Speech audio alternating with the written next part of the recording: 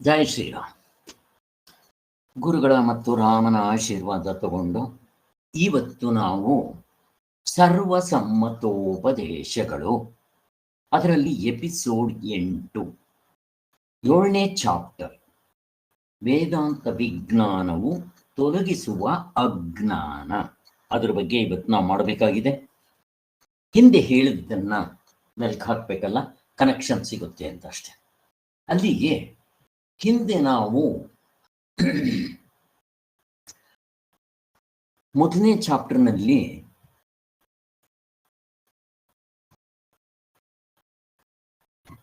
ಶಂಕರಾಚಾರ್ಯರ ಬಗ್ಗೆ ಬೇಕಾದಷ್ಟು ಜೀವನ ಚರಿತ್ರೆಗಳು ಬರೆದಿದ್ದಾರೆ.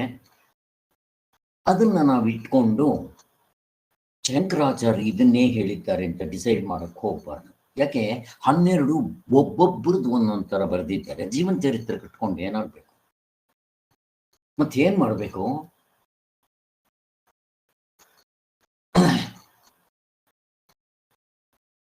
ಅಂದ್ರೆ ಡೈರೆಕ್ಟ್ ಆಗಿ ಶಂಕರಾಚಾರ್ಯ ಪ್ರಸ್ಥಾನತ್ರಯ ಭಾಷ್ಯಗಳಿಗೆ ಭಾಷ್ಯ ಬರೆದಿದ್ದಾರೆ. ಪ್ರಪಂಚದಲ್ಲಿ ಎಲ್ಲರೂ ಓದ್ತಾರೆ. ಅದನ್ನ ಯಾಕೆ ಇಟ್ಕೊಂಡು ಚಿಂತನೆ ಮಾಡಬಾರ್ದು ನಾವು? ಶಂಕರಾಚಾರ್ಯ ಏನು ಪ್ರಸ್ಥಾನತ್ರಯ ಬಗ್ಗೆ ಏನ್ ಬರ್ತಿದ್ದಾರೆ, ಭಗವದ್ಗೀತೆಗೆ ಏನ್ ಭಾಷ್ಯ ಬರೆದಿದ್ದಾರೆ, ಎಲ್ಲ ಡೈರೆಕ್ಟ್ ಆಗಿ ನೋಡ್ಬೋದಲ್ಲ. ಇದು ಮೊದಲನೇ ಚಾಪ್ಟರ್ ಇಂದ ನಾವು ತಿಳ್ಕೊಂಡಿದ್ದ ವಿಚಾರ.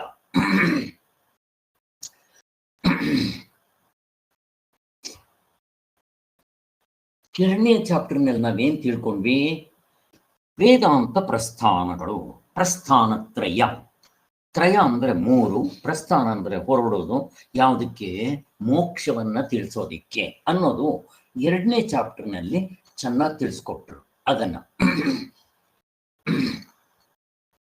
10 ಉಪನಿಷತ್ತುಗಳು, ಭಗವದ್ಗೀತೆ ಮತ್ತು ಬ್ರಹ್ಮಸೂತ್ರಗಳು, ಇಷ್ಟಕ್ಕೂ ಶಂಕರಾಚಾರ್ಯ ಭಾಷ್ಯ ಬರೆದಿದ್ದಾರೆ. ಸೊ ಇವುಗಳ ಆಧಾರ ನಾವು ಇಟ್ಕೊಂಡಿದ್ದೀವಿ. ಸೊ ಸಚ್ಚಿದಾನಂದ ಸರಸ್ವತಿ ಸ್ವಾಮಿಗಳು ಪೂರ್ತಿ ಇದ್ರ ಮೇಲೆ ಡಿಪೆಂಡ್ ಆಗ್ತಾರೆ. ಯಾಕೆ? ಏನ್ ಶಂಕರಾಚಾರ್ಯ ಅಂತ ಗ್ರೇಟ್ನೆಸ್ ಅಂದ್ರೆ ಸಾರ್ವತ್ರಿಕ ಪೂರ್ಣ ಅನುಭವದಿಂದ ಸಾಕ್ಷಿನೇ ಗುರುತಿಸೋದು ಅಂತ ತೋರಿಸಿದ್ರು. ಅದರ ಜೊತೆಗೆ ಶಾಸ್ತ್ರ ಏನ್ ಹೇಳಿತ್ತೋ, ಕರ್ಮಕಾಂಡ, ಉಪಾಸನ ಮತ್ತೆ ಜ್ಞಾನಕಾಂಡ, 3 ನಂಬಿಕೆ, ಶ್ರದ್ಧೆ, ಭಕ್ತಿ ಮತ್ತೆ ಗೌರವದಿಂದ ನಂಬ್ಕೋಬೇಕು. ಬಟ್ ಜ್ಞಾನಕಾಂಡ ಸಾರ್ವತ್ರಿಕ ಪೂರ್ಣ ಅನುಭವದಿಂದ ಆ 3 ಪ್ರಸ್ಥಾನತ್ರಯಗಳಲ್ಲಿ ಏನ್ ಹೇಳ್ತಾರೋ ಅದನ್ನ ಈಗಲೇ ಇಲ್ಲೇ ನಾವೇ ಪ್ರತಿಯೊಬ್ರು ಚೆಕ್ ಮಾಡ್ಕೋಬಹುದು. ಅವನು ಹಿಂದೂ ಆಗ್ಲಿ, ಮುಸ್ಲಿಂ ಆಗ್ಲಿ, ಕ್ರಿಶ್ಚಿಯನ್ ಆಗ್ಲಿ, ಬೇರೆ ಧರ್ಮದವರಾಗ್ಲಿ, ದೇವತೆಗಳಿಂದ ಪ್ರಾಣಿಗಳವರೆಗೂ. ಇದು ಇನ್ನೊಂದು ಬೆನಿಫಿಟ್ ಶಂಕರಾಚಾರ್ಯ ಗ್ರೇಟ್ನೆಸ್. ಆದ್ದರಿಂದ ಇದಕ್ಕೆ ಸಂಸ್ಕೃತ್ ಬರಬೇಕು ಅನ್ನೋದೇನಿಲ್ಲ. ಸಚ್ಚಿದಾನಂದ ಸರಸ್ವತಿ ಸ್ವಾಮಿಗಳು ಶಂಕರಾಚಾರ್ಯ ಬರೆದಿರೋ ಪುಸ್ತಕಗಳನ್ನೆಲ್ಲ ಕನ್ನಡಕ್ಕೆ ಟ್ರಾನ್ಸ್ಲೇಟ್ ಮಾಡಿ ಇಟ್ಟಿದ್ದಾರೆ. ಜೊತೆಗೆ ನಾವು ಅವ್ರು ಬರೆದಂಥ ಪುಸ್ತಕಗಳನ್ನ ನಾವು ಓದ್ಕೊಂಡ್ರೆ, ಸಚ್ಚಿದಾನಂದ ಸರಸ್ವತಿ ಸ್ವಾಮಿಗಳು ಮಂಜರಿಗಳು, ಇವುಗಳಿಂದಲೇ ನಮಗೆ ಶಾಸ್ತ್ರದ ಪ್ರಸ್ಥಾನತ್ರಯ ಭಾಷ್ಯದ ಪೂರ್ತಿ ನಮಗೆ ಜ್ಞಾನ ಸಿಗುತ್ತೆ ಅನ್ನೋದು ತೋರಿಸ್ಕೊಟ್ರು. ಕೊನೆಗೆ ಎಲ್ಲ ಕನ್ನಡದಲ್ಲಿ ಟ್ರಾನ್ಸ್ಲೇಟ್ ಮಾಡಿಟ್ಟಿದ್ದಾರೆ ಅವ್ರ ಪುಸ್ತಕಗಳನ್ನ. ಶಂಕರಾಚಾರ್ಯ ಏನು ಸಂಸ್ಕೃತ್ನಲ್ಲಿ ಬರೆದಿದ್ರು ಎಲ್ಲವನ್ನು ಕನ್ನಡಕ್ಕೆ ಟ್ರಾನ್ಸ್ಲೇಟ್ ಮಾಡಿಟ್ಟಿದ್ದಾರೆ. ನಮ್ಗೆ ಎಂಥ ಅದೃಷ್ಟ, ನಾವು ಓದ್ಕೋಬಹುದು. ಅದರಿಂದ ಈ ಒಂದು ಬೆನಿಫಿಟ್ ನಮಗೆ ಸಿಕ್ಕಿದ್ದಾಯ್ತು. 3ನೇ ಚಾಪ್ಟರ್ ಇಲ್ಲಿಂದ ಇಂಪಾರ್ಟೆಂಟ್. ಅವೆಲ್ಲ ಇಂಟ್ರೊಡಕ್ಷನ್. 3ನೇ ಚಾಪ್ಟರ್ನಲ್ಲಿ ಏನ್ ಮಾಡಿದ್ರು? ಲೌಕಿಕ ಪ್ರಮಾಣಗಳು. ಏನ್ ಲೌಕಿಕ ಪ್ರಮಾಣಗಳು? ಪ್ರಪಂಚದಲ್ಲಿ ದೇವತೆಗಳಿಂದ ಹಿಡಿದು ಪ್ರಾಣಿಗಳವರೆಗೂ ಈ ಲೌಕಿಕ ಪ್ರಮಾಣ. ಲೌಕಿಕ ಅಂದ್ರೆ ಏನು? ನಾವು ಜೀವನ ಮಾಡೋದಕ್ಕೆ ಹುಟ್ಟದಾಗಲಿಂದ ಸಾಯೋವರೆಗೂ, ಬೆಳಗ್ಗೆಯಿಂದ ರಾತ್ರಿವರೆಗೂ 24 ಗಂಟೆಯಲ್ಲಿ ನಮಗೆ ಈ ಪ್ರಪಂಚದ ಜ್ಞಾನ ಮಾಡ್ಕೊತಾ ಇರಬೇಕು. ಇದಕ್ಕೆ ನಮ್ಮ ಇಂದ್ರಿಯಗಳ ಅನುಭವ ಸಾಕು. ಅದಕ್ಕೆ ಪ್ರತ್ಯಕ್ಷ ಪ್ರಮಾಣ, ಅನುಮಾನ ಪ್ರಮಾಣ, ಶಬ್ದ ಪ್ರಮಾಣ ಅಂತ 3 ಹೇಳಿದ್ರು. ಚೆನ್ನಾಗಿ ನೆನಪಿದೆ. ಈ ಪ್ರತ್ಯಕ್ಷ ಪ್ರಮಾಣ ಹೊರಗಡೆ ವಿಷಯಗಳಿದೆ, ಇರೋದು 10, 5 ಶಬ್ದ, ಸ್ಪರ್ಶ, ರೂಪ, ರಸಗಂಧ. ಅವುಗಳು ಇದೇ ಇಲ್ಲ ಅಂತ ಹೇಳೋದಕ್ಕೆ ನನಗೆ 5 ಇನ್ಸ್ಟ್ರೂಮೆಂಟ್ಸ್ ಇದೆ. ಯಾವುದು? ಇಂದ್ರಿಯಗಳು. ಈ ಇಂದ್ರಿಯಗಳಿಂದ ನಾನು ಈ ಪ್ರಪಂಚವನ್ನ ನೋಡಿ ಜ್ಞಾನ ಮಾಡ್ಕೊತಾ ಇರ್ತೀನಿ. ಈವನ್ ದೇವತೆಗಳು, ರಾಕ್ಷಸರು, ಯಕ್ಷ ಗಂಧರ್ವರು, ಎಲ್ಲರೂ, ಮನುಷ್ಯರು, ಋಷಿಗಳು, ಪ್ರಾಣಿಗಳು ಕೂಡ ಹೀಗೆ ಅಂತ ಹೇಳಿದ್ರು. ಇಲ್ಲಿ ಪ್ರತ್ಯಕ್ಷ ಪ್ರಮಾಣ, ಅನುಮಾನ ಪ್ರಮಾಣ, ಶಬ್ದ ಪ್ರಮಾಣ, ಈ ಒಟ್ಟು 6 ಪ್ರಮಾಣಗಳು ಹೇಳ್ತಾರೆ. ಅನುಪಲಬ್ಧಿ, ಉಪಲಬ್ಧಿ, ಅರ್ಥಾಪತ್ತಿ, ಈ 6ರಲ್ಲಿ 3 ಇಟ್ಕೊಂಡ್ರೆ ಸಾಕು. ಈ 3ಕ್ಕೂ ಪ್ರತ್ಯಕ್ಷ ಪ್ರಮಾಣವೇ ಆಧಾರ. ಈಗ ಬೆಟ್ಟದ ಮೇಲೆ ಹೊಗೆ ಇದೆ ಅಂತ ನೋಡೋದು ಅನುಮಾನ ಪ್ರಮಾಣ. ಅದಕ್ಕೂ ಕೂಡ ಅವನ ಹಿಂದೆ ಇಂದ್ರಿಯಗಳಿಂದ ನೋಡಿ, ಪ್ರತ್ಯಕ್ಷವೇ ಅದಕ್ಕೂ ಆಧಾರ. ಅವನು ಬೆಂಕಿ ನೋಡಿದಾಗ ಹೊಗೆ ನೋಡಿರ್ತಾನೆ, ಕಂಡಿರ್ತಾನೆ. ಆದ್ರಿಂದ ಎಲ್ಲಿ ಹೊಗೆ ಇರುತ್ತೋ ಅಲ್ಲಿ ಬೆಂಕಿ ಇರುತ್ತೆ ಅಂತ ನಾವು ಇಮ್ಯಾಜಿನ್ ಮಾಡ್ಕೋಬಹುದು. ಇದು ಏನಂತಾರೆ, ಅನುಮಾನ ಪ್ರಮಾಣ. ಅಲ್ಲಿಗೆ ಇಂದ್ರಿಯ ಪ್ರಮಾಣಗಳು ಮಾತ್ರ ನಾವು ನಂಬಿಕೊಳ್ಳುವಂಥದ್ದು.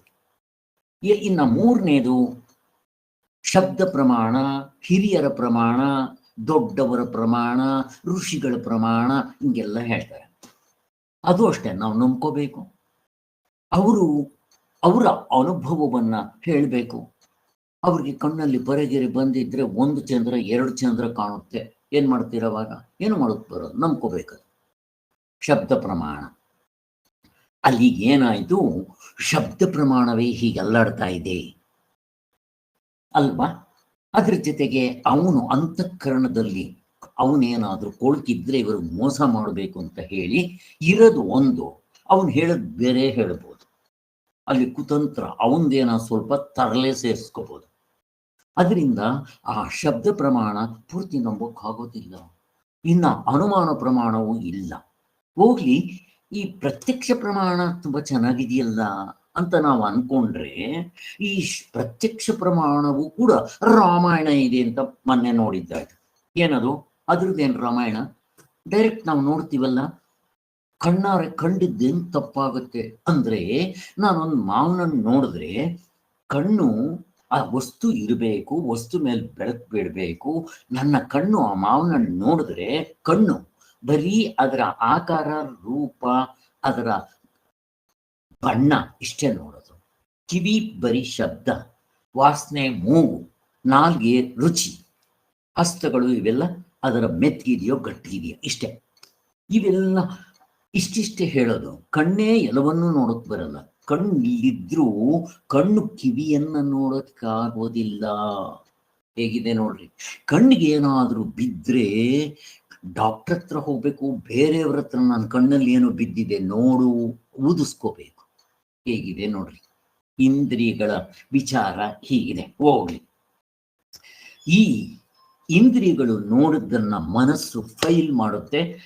ಅದು ಡಿಸೈಡ್ ಮಾಡೋಕ್ ಬರಲ್ಲ. ಅದರ ಹಿಂದೆಗಡೆ ಮೇಲೆ ಅದರ ಬಾಸ್ ಬುದ್ಧಿ ತಗೊಂಡೋಗಿ ಕೊಡುತ್ತೆ.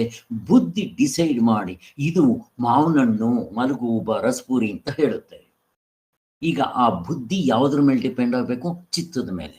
ಚಿತ್ತ ಯಾವುದ್ರ ಮೇಲೆ? ಇವಿಷ್ಟು ಕೆಲಸ ಮಾಡ್ತಾ ಇರೋದು ಯಾರಿಗೆ? ಹಿಂದೆಗಡೆ ಇರೋ ಪ್ರಮಾತೃಗೆ. ಇಷ್ಟಂತೂ ನಮಗೆ ಗೊತ್ತಾಯ್ತು. ಆದ್ರಿಂದ ಇಲ್ಲಿ ಇನ್ನೊಂದು ನಾವು ತಿಳ್ಕೋಬೇಕಾಗಿರೋದು, ಆ ಪ್ರಮಾತೃ ಡೈರೆಕ್ಟ್ ಆಗಿ ಬಂದು ವಸ್ತುಗಳು ನೋಡೋಕ್ ಬರಲ್ಲ. ಹೋಗ್ಲಿ, ಪ್ರಮಾತೃ ಬರದೇ ಇದ್ರೆ ಆ ಚಿತ್ತ, ಬುದ್ಧಿ, ಮನಸ್ಸು ಹೊರಗಡೆ ಹೋಗಿದೆ. ವಸ್ತುಗಳು ನೋಡೋಕ್ ಬರುತ್ತಾ? ಬರಲ್ಲ. ಅಲ್ಲಿಗೆ ಈ ಇಂದ್ರಿಯಗಳು ಏನ್ ಹೇಳುತ್ತೋ ಅದನ್ನು ನಂಬ್ಕೋಬೇಕು. ನೋಡಿದ್ರ ಎಷ್ಟು ಇದರಲ್ಲಿ ಡಿಸ್ಅಡ್ವಾಂಟೇಜ್. ಇದ್ರ ಮೇಲೆ ಡಿಪೆಂಡ್ ಆಗಕ್ಕಾಗೋದಿಲ್ಲ ಅನ್ನೋದಕ್ಕೆ ಹೇಳೋದು. ಮತ್ತೆ ಇದಕ್ಕೆ ಹೊಂದೋ ಹಾಗೆ ರಾಜ, ಮಂತ್ರಿ, ಸೇನಾಪತಿ ರೂಮ್ಗಳಲ್ಲಿ ಇರ್ತಾರೆ, ತೂತ್ ಮಾಡಿಕೊಂಡು ಮಾತಾಡ್ತಾರೆ ಅನ್ನೋದು ಕೂಡ ತಿಳಿಸಿದ್ದಾಯ್ತು. ಅಲ್ಲಿಗೆ ನಮ್ಗೆ ಲೌಕಿಕದ ವ್ಯವಹಾರಕ್ಕಿದು ಸಾಕು. ಆದ್ರೆ ಈಗ ಈ ವೈದಿಕ ಅಂದ್ರೆ ಸ್ವರ್ಗ, ನರಕ, ಪಾಪ, ಪುಣ್ಯ, ಪುನರ್ಜನ್ಮ, ಧರ್ಮ, ಅಧರ್ಮಗಳು, ಕರ್ಮ ಥಿಯರಿ, ಇವುಗಳಿಂದ ಹೆಂಗ್ ನಂಬ್ಕೊಂತೀರ? ಅದನ್ನ ಶಾಸ್ತ್ರವೇ ತಿಳಿಸ್ಕೊಡ್ಬೇಕು. ಈ ವೈದಿಕವೇ ಹೀಗಿದ್ದಾಗ ವೈದಿಕಕ್ಕಿಂತ ಇನ್ನೂ ಸೂಕ್ಷ್ಮವಾಗಿರೋ ಆ ಪರಮಾರ್ಥ ತತ್ವವನ್ನ ಹೇಗೆ ತಿಳ್ಕೊಂತೀರಾ ಅಂತ ಪ್ರಶ್ನೆ. ಸೊ ಅದಕ್ಕೋಸ್ಕರ ನೆಕ್ಸ್ಟ್ ಏನ್ ಮಾಡಿದ್ರು, ನೆಕ್ಸ್ಟ್ ಚಾಪ್ಟರ್ನಲ್ಲಿ ಇದರಿಂದ ಪರಮಾತ್ಮ ತತ್ವ ಅಂತ ತಿಳ್ಕೊಳಕ್ಕಾಗಲ್ಲ, ನಮಗೆ ಈ ಲೌಕಿಕ ಅಲ್ಲ, ಪಾರಮಾರ್ಥ ಇಂಪಾರ್ಟೆಂಟ್. ಅದಕ್ಕೇನ್ ಮಾಡಬೇಕು, ಅದಕ್ಕೆ ನಮಗೆ 3 ಅನುಭವಗಳಿದೆ. 3 ಅಂದ್ರೆ ಇದು ಬೇರೆ, ಪ್ರತ್ಯಕ್ಷ, ಅನುಮಾನ, ಶಬ್ದ. ಹಾಗೆ ನಮಗೆ ಇಲ್ಲಿ ಇಂದ್ರಿಯ ಅನುಭವ, ಅದನ್ನೇ ಪ್ರತ್ಯಕ್ಷ ಪ್ರಮಾಣ ಅನ್ನೋದು. ಅದ್ರ ಹಿಂದೆ ವೇದನಾ ಅನುಭವ, ಮನಸ್ಸಿನಿಂದ ಆಗೋದು. ಎಲ್ಲವೂ ಕೂಡ ಇಂದ್ರಿಯದಿಂದ ನೋಡೋಕ್ ಬರಲ್ಲ. ಭಯ, ಆಶ್ಚರ್ಯ, ಆಮೇಲೆ ಶೋಕ, ಮೋಹ, ಇವೆಲ್ಲ ಕೂಡ ಮನಸ್ಸಿನಿಂದಲೇ ನೋಡುವಂಥದ್ದು. ಆದ್ರಿಂದ ಈ 2 ಇವುಗಳಿಂದನೂ ಆತ್ಮನ್ ತಿಳ್ಕೊಳಕ್ ಬರಲ್ಲ. ನಮ್ಗೆ ಕೊಟ್ಟಿರೋ 19 ಮುಖಗಳಿಂದ ಆತ್ಮನ್ ನೋಡೋದಕ್ಕೆ ಸಾಧ್ಯವೇ ಇಲ್ಲ. ಯಾಕೆ? ಅವನು ಅಪೌರುಷೇಯ, ಅವನು ಕರ್ಮೇಂದ್ರಿಯಗಳಿಗೆ ಸಿಗೋಲ್ಲ, ಜ್ಞಾನೇಂದ್ರಿಯಗಳಿಗೆ ಸಿಗೋಲ್ಲ, ಅಂತಃಕರಣಕ್ಕೆ ಸಿಗೋದಿಲ್ಲ. ಯಾಕೆ? ತುಂಬಾ ಸೂಕ್ಷ್ಮವಾಗಿದ್ದಾನೆ. ಬೆಳಗ್ಗೆ ನೋಡಿದ್ರವಲ್ಲ, ಅವ್ಯಕ್ತಕ್ಕಿಂತಲೂ ಅವ್ಯಕ್ತ, ಅದನ್ನು ನೋಡೋಕ್ ಬರಲ್ಲ. ಹಾಗಾದ್ರೆ ಇಲ್ಲ ಅಂತ ಅಂದ್ಬಿಡ್ರಿ. ಬುದ್ಧಿಸಮ್ನವ್ರು ಹೇಳ್ದಂಗೆ ಇಲ್ಲ ಇದ್ದೀನಿ ಹೇಗೆ ಹೇಳ್ತೀರಾ? ನಾನಿದ್ದೀನಿ ಅಂತ ಯಾರಾದ್ರೂ ಹೇಳಲಿ ನಾನಿಲ್ಲ ಅಂತ. ಆ ದೃಷ್ಟಿಯಿಂದ ಆತ್ಮ ಇಲ್ಲ ಅಂತ ಹೇಳಕ್ ಬರಲ್ಲ.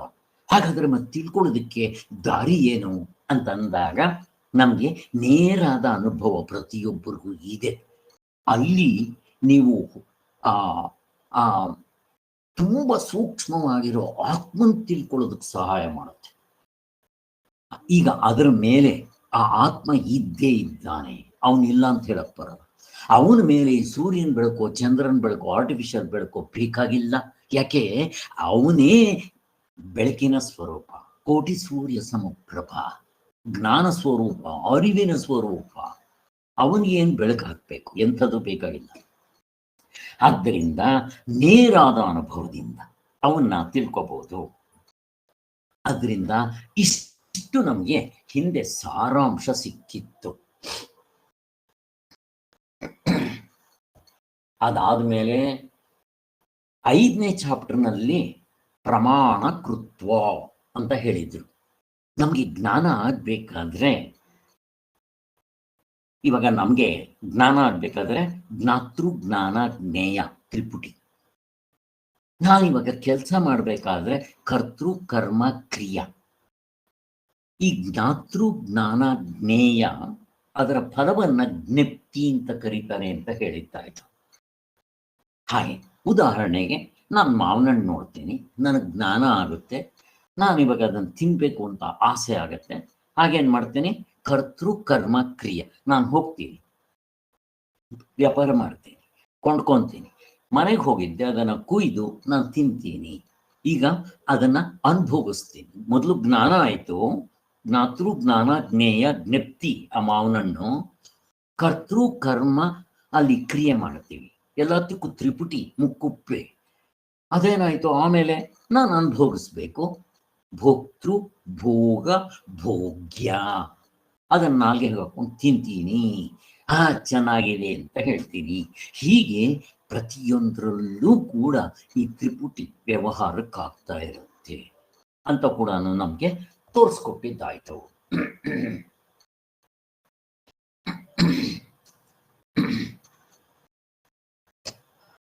ನೆಕ್ಸ್ಟ್ ಲೌಕಿಕ ವೈದಿಕ ಪ್ರಮಾಣಗಳು ಅಂದ್ರು.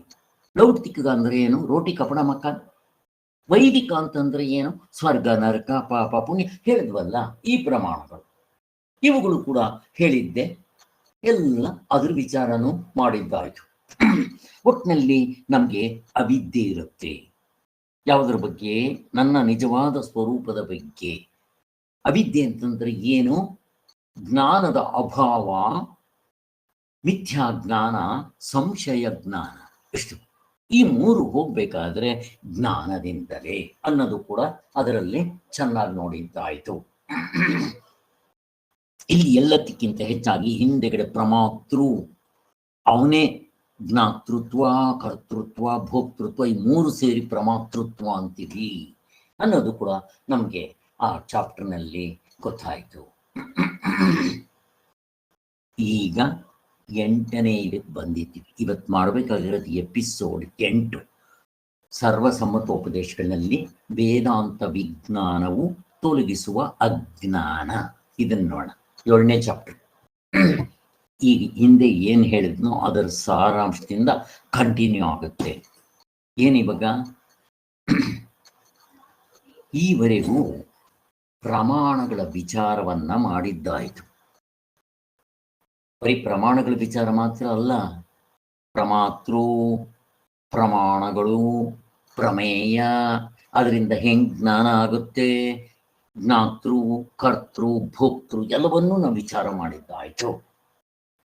ಇಲ್ಲಿ ಈ ಪ್ರಮಾಣಗಳು ಅಂತನ್ನೋದು ವ್ಯಂಜಕವೇ ಹೊರತು ಕಾರಕವಲ್ಲ.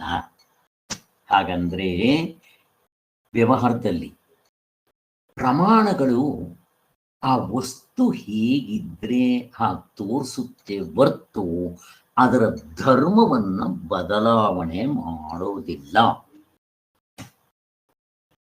ಅಥವಾ ನಿಮ್ಗೆ ಇನ್ನೊಂದು ರೀತಿ ಹೇಳಬೇಕು ಅಂದ್ರೆ, ಇಲ್ಲಿ ಅರ್ಥ ಆಗೋದು ಸ್ವಲ್ಪ ಕಷ್ಟ ಇರ್ಬೋದು.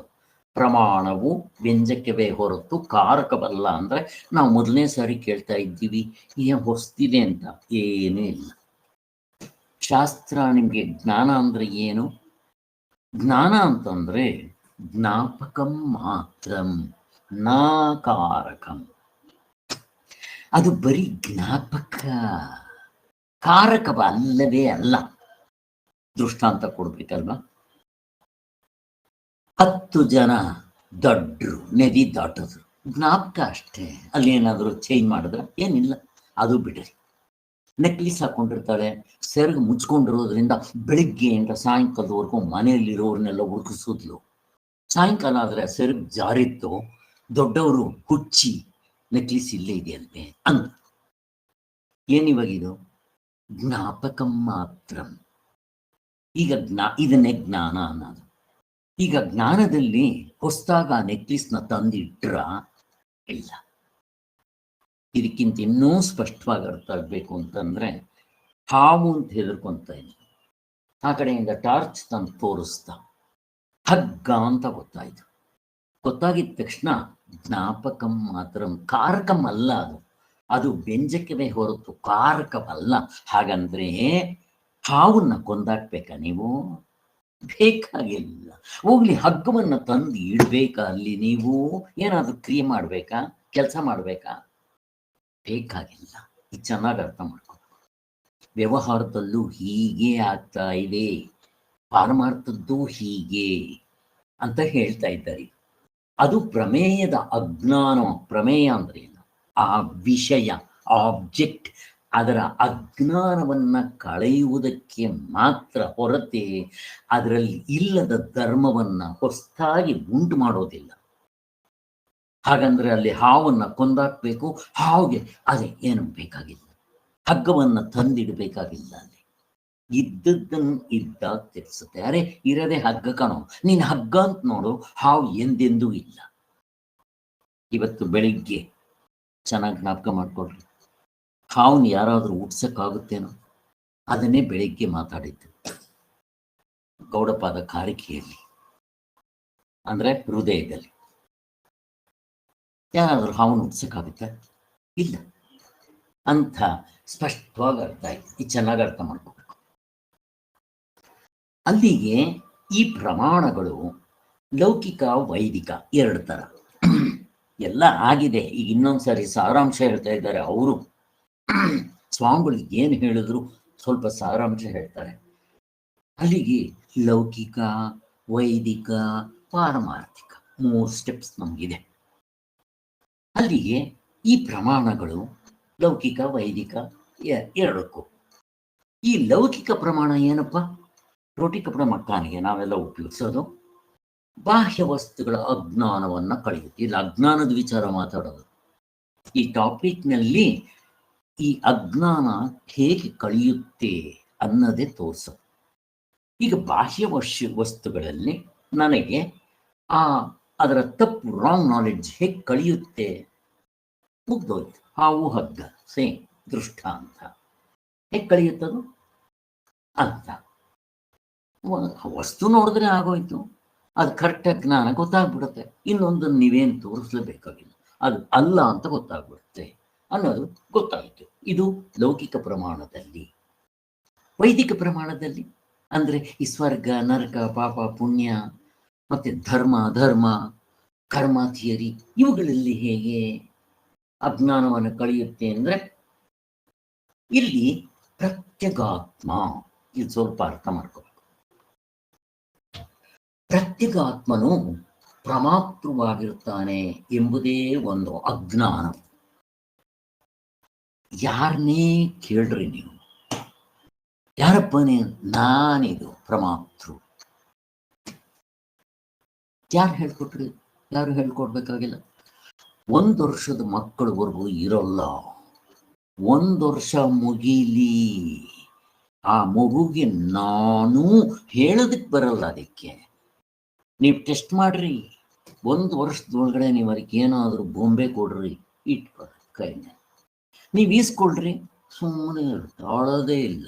ಅದೇ 1 ವರ್ಷ ಆಗಲಿ, ನೀವು ಬೊಂಬೆ ಕೊಡ್ರಿ, ಈಸ್ಕೊಳ್ಳಿ, ತಿರ್ಗಾ ಈಸ್ಕೊಳಕ್ ಹೋಗ್ರಿ, ಅಂತ ಅಳುತ್ತೆ, ನನ್ನದು, ನಾನು. ಅದಕ್ಕೆ ಆ 1 ವರ್ಷದ್ದು ಯಾಕೆ 6 ತಿಂಗಳು 7 ತಿಂಗಳವರೆಗೂ ಆ ಮಕ್ಕಳು ಯಾರು ಕರೀಲಿ ಹೋಗ್ತಾ ಇರ್ತಾರೆ. ತಾಯಿ ಯಾರು, ನಾನು ಯಾರು, ಇವರು ಯಾರು, ನಮ್ಮ ಅಪ್ಪ ಅಮ್ಮ ತಂಗಿ ಯಾವಾಗ ಗೊತ್ತಿರುತ್ತೆ ಅದಕ್ಕೆ. ಅದೇ 8 ತಿಂಗಳಾಗಲಿ, ನನ್ನ ಮೊಮ್ಮಗ, ನಾನು ಚೆನ್ನಾಗಿ ಗೊತ್ತು, ಅದಕ್ಕೆ ಹೇಳ್ತಾ ಇದ್ದೀನಿ. 8 ತಿಂಗಳು ಆಗಲಿ, ಕರೀಲಿ ನೋಡ್ಲಿ ಹೋಗಲ್ಲ, ಯಾರು ಕರೆದ್ರೂ ಹೋಗಲ್ಲ.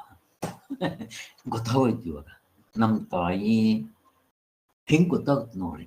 ಇದು ತಾನಾಗಿ ಆಗುತ್ತೆ ಜ್ಞಾನ. ಇದನ್ನು ಹೇಳ್ತಾ ಇದ್ದಾರೆ. ಅಲ್ಲಿಗೆ ಈ ಪ್ರಮಾತೃವಾಗಿರ್ತಾನೆ ಎಂಬುದೇ ಒಂದು ಅಜ್ಞಾನ. ನಿಜವಾಗ್ಲೂ ಪ್ರಮಾತೃ ಹುಡುಕಿದ್ರೆ ಸಿಗೋತಿಲ್ಲ. ನಿದ್ದೆಯಲ್ಲಿ ಇರ್ತಾನ? ಇಲ್ಲ. ಮತ್ತೆ ಇಲ್ಲದೆ ಇರುವುದನ್ನ ನಾವು ಕಟ್ಕೊಂಡು, ಈಗ ಅದನ್ನು ಹುಟ್ಟಿಸಿದವ್ರು ಯಾರು? ಅದನ್ನೇ ಬೆಳಗ್ಗೆ ವಿಚಾರ ಮಾಡಿದ್ದು. ಪ್ರಮಾತೃವನ್ನು ಯಾರು ಸ್ವಾಮಿ ಹುಟ್ಟಿಸ್ತಾರೆ? ಹಾವನ್ನ ಯಾರು ಹುಟ್ಟಿಸ್ತಾರೆ? ಇಲ್ಲ. ನೀನ್ ತಪ್ಪಾಗಿ ತಿಳ್ಕೊಂಡಿದ್ದೀಯ. ಈ ಪ್ರಮಾತೃವು ಅಷ್ಟೇ.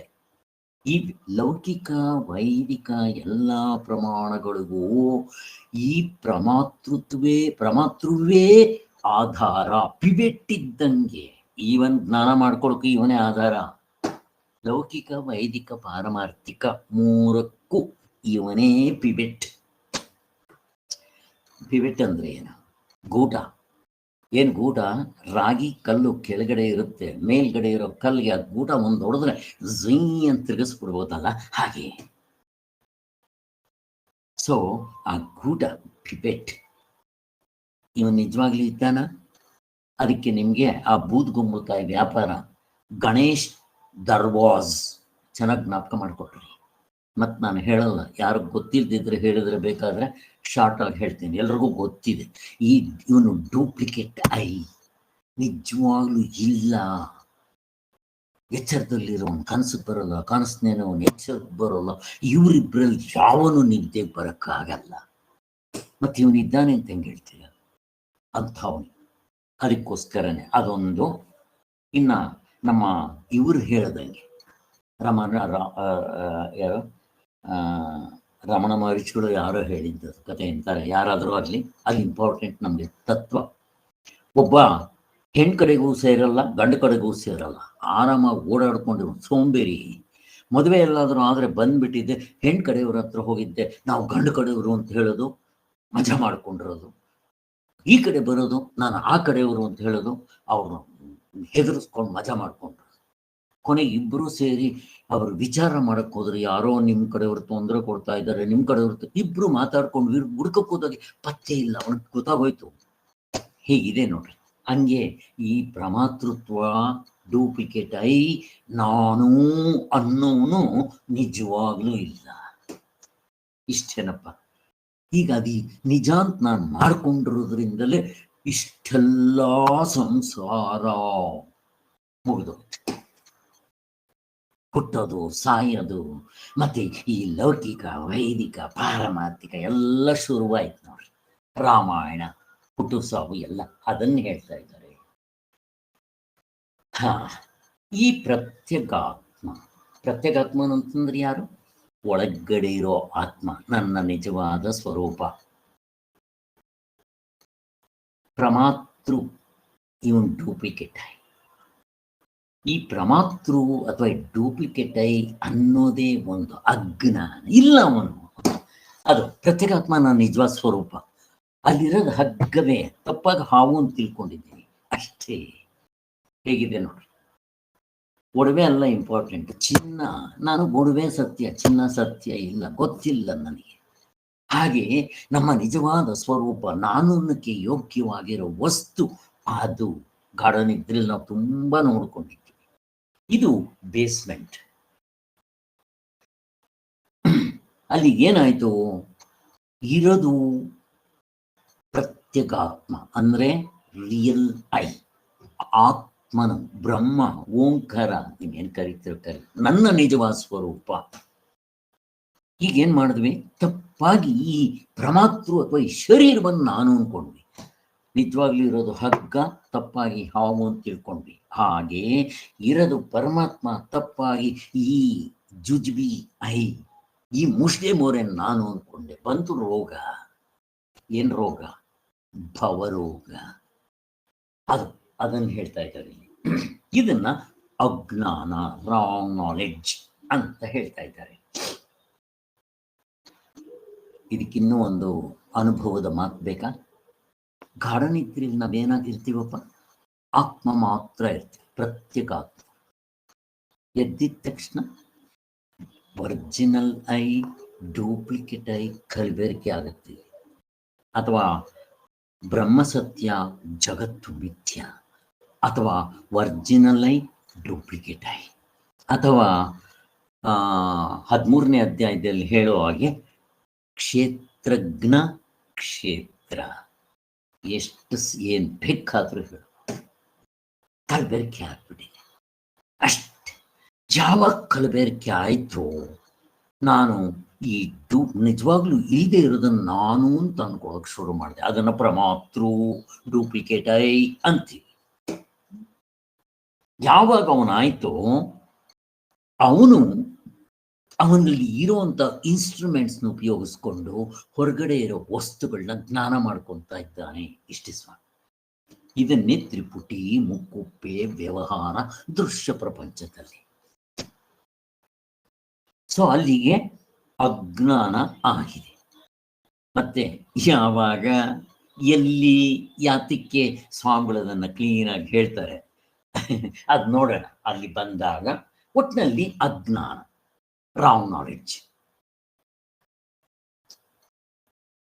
ಈಗ ಹಾವು ಹಗ್ಗ, ಅದೇ ರೀತಿ ನಮಗೂ ಕೂಡ ಹಾವು ಹಗ್ಗದಲ್ಲಿ ಏನಾಗಿದೆ, ಇದ್ದದ್ದನ್ನಿದ್ದಾಗ ತಿಳ್ಕೊಂಡ್ಲಿಲ್ಲ. ಅದನ್ನೇನಂತಾರೆ, ಅಗ್ರಹಣ. ಹಗ್ಗ ಅಂತ ತಿಳ್ಕೊಂಡ್ಲಿಲ್ಲ, ಅದಕ್ಕೋಸ್ಕರ ಏನಾಯ್ತು, ಹಾವು ಅಂತ ತಿಳ್ಕೊಂಡೆ, ವಿಪರೀತ ಜ್ಞಾನ. ಅದರಿಂದ ಏನಾಯ್ತು, ನಾನು ಹಾವು ಅಂತ ಹೆದರ್ಕೊಂತ ಇದ್ದೆ. ಆ ಕಡೆ ಬಂದವನು ಯಾಕೋ ಹೆದರ್ಕೊಂತೀಯ ಅಂತ ಕೇಳಿದಾಗ, ಸ್ವಾಮಿ ಹಾವು ಮಲಗಿತ್ತು, ಒಂದು ಹೆಜ್ಜೆ ಇಟ್ಟಿದ್ರೆ ಸತ್ತೋಗ್ತಾ ಇದ್ದೆ ಅಂದ. ಹಾವಲ್ಲ ಕಣೋ, ಹಗ್ಗ ಅಂದ. ಈಗ ನನಗೆ ಸಂಶಯ, ಜ್ಞಾನ, ಅಜ್ಞಾನ ಮುಗಿದು ಹೋಯ್ತು. ಹೇಗಿದೆ ನೋಡಿ, ದೃಷ್ಟಾಂತ ನನಗೆ ಅರ್ಥ ಆಗ್ಬಿಡುತ್ತೆ. ಈಗ ನೀವು ನಿಜವಾಗ್ಲೂ ಇರೋದು ಆತ್ಮನೇ, ಪರಮಾತ್ಮನೇ. ಎಷ್ಟು ಜನ ಗೊತ್ತಿಲ್ಲ. ಅನ್ಲೆಸ್ ನಾವು ಶಾಸ್ತ್ರ ಕೇಳೋವರೆಗೂ ಗೊತ್ತಾಗ್ತದೆ. ಇದು ಸಹಜ. ಯಾವುದೋ ಈ ಪ್ರಮಾತೃ, ಈ ಡೂಪ್ಲಿಕೇಟ್ ಐ, ನಾನು ಅಂತ ಅನ್ನೋದು ಸಹಜ, ನೈಸರ್ಗಿಕ, ಅನಾದಿ, ಅನಂತ. ಯಾವಾಗಾಯ್ತೋ, ಎಲ್ಲಾಯ್ತೋ, ಹೇಗಾಯ್ತೋ ಗೊತ್ತಿಲ್ಲ. ಅದು ಸೊ ಅಲ್ಲಿಗೇನಾಯ್ತು, ನಿಜವಾಗ್ಲೂ ನಾನು ಆಗಿರೋದು ಆತ್ಮಸ್ವರೂಪ. ಈಗ ನೋಡ್ರಿ, ಗಾಢ ನಿದ್ರೆಯಲ್ಲಿ ಇರೋದೇ ಆತ್ಮಸ್ವರೂಪ. ಗಾಢ ನಿದ್ರೆಯಲ್ಲಿ ನಮಗೆ ಗೊತ್ತಾಗುತ್ತಾ ನಾನು ಆತ್ಮನಾಗಿದ್ದೀನಿ ಅಂತ? ಅಲ್ಲಿ ಗೊತ್ತಾಗಲ್ಲ. ಅದಕ್ಕೆ ಅಗ್ರಹಣ. ಕನಸಿನಲ್ಲಿ, ಎಚ್ಚರದಲ್ಲಿ ಏನ್ ಮಾಡಿದೆ, ಕನಸಿನಲ್ಲಿ ಅದನ್ನೇ ಜನಕ ಮಹಾರಾಜ ಎಚ್ಚರದಲ್ಲಿ ಜನಕ ಮಹಾರಾಜ ಅನ್ಕೊಂಡೆ, ಕನಸಿನಲ್ಲಿ ಭಿಕ್ಷುಕ ಅನ್ಕೊಂಡೆ. ಏನಾಯ್ತಲ್ಲಿ, ಅನ್ಯತವಾ ಗ್ರಹಣ, ವಿಪರೀತ. ಅಲ್ಲದಕ್ಕೆ ಶರೀರಗಳಿಲ್ಲ, ಇಲ್ಲಿ ಶರೀರ ಸಮೇತ ಸೇರಿಸ್ಕೊಂಡು ಇಲ್ಲಿ ಜನಕ ಮಹಾರಾಜ ಅಂದ, ಅಲ್ಲಿ ಭಿಕ್ಷುಕ ಅಂತಂದ. ಹೇಗಿದೆ ನೋಡ್ರಿ. ಅದಕ್ಕೆ ಏನಾಯ್ತು, ವಿಪರೀತ ಅನ್ಯತಾ.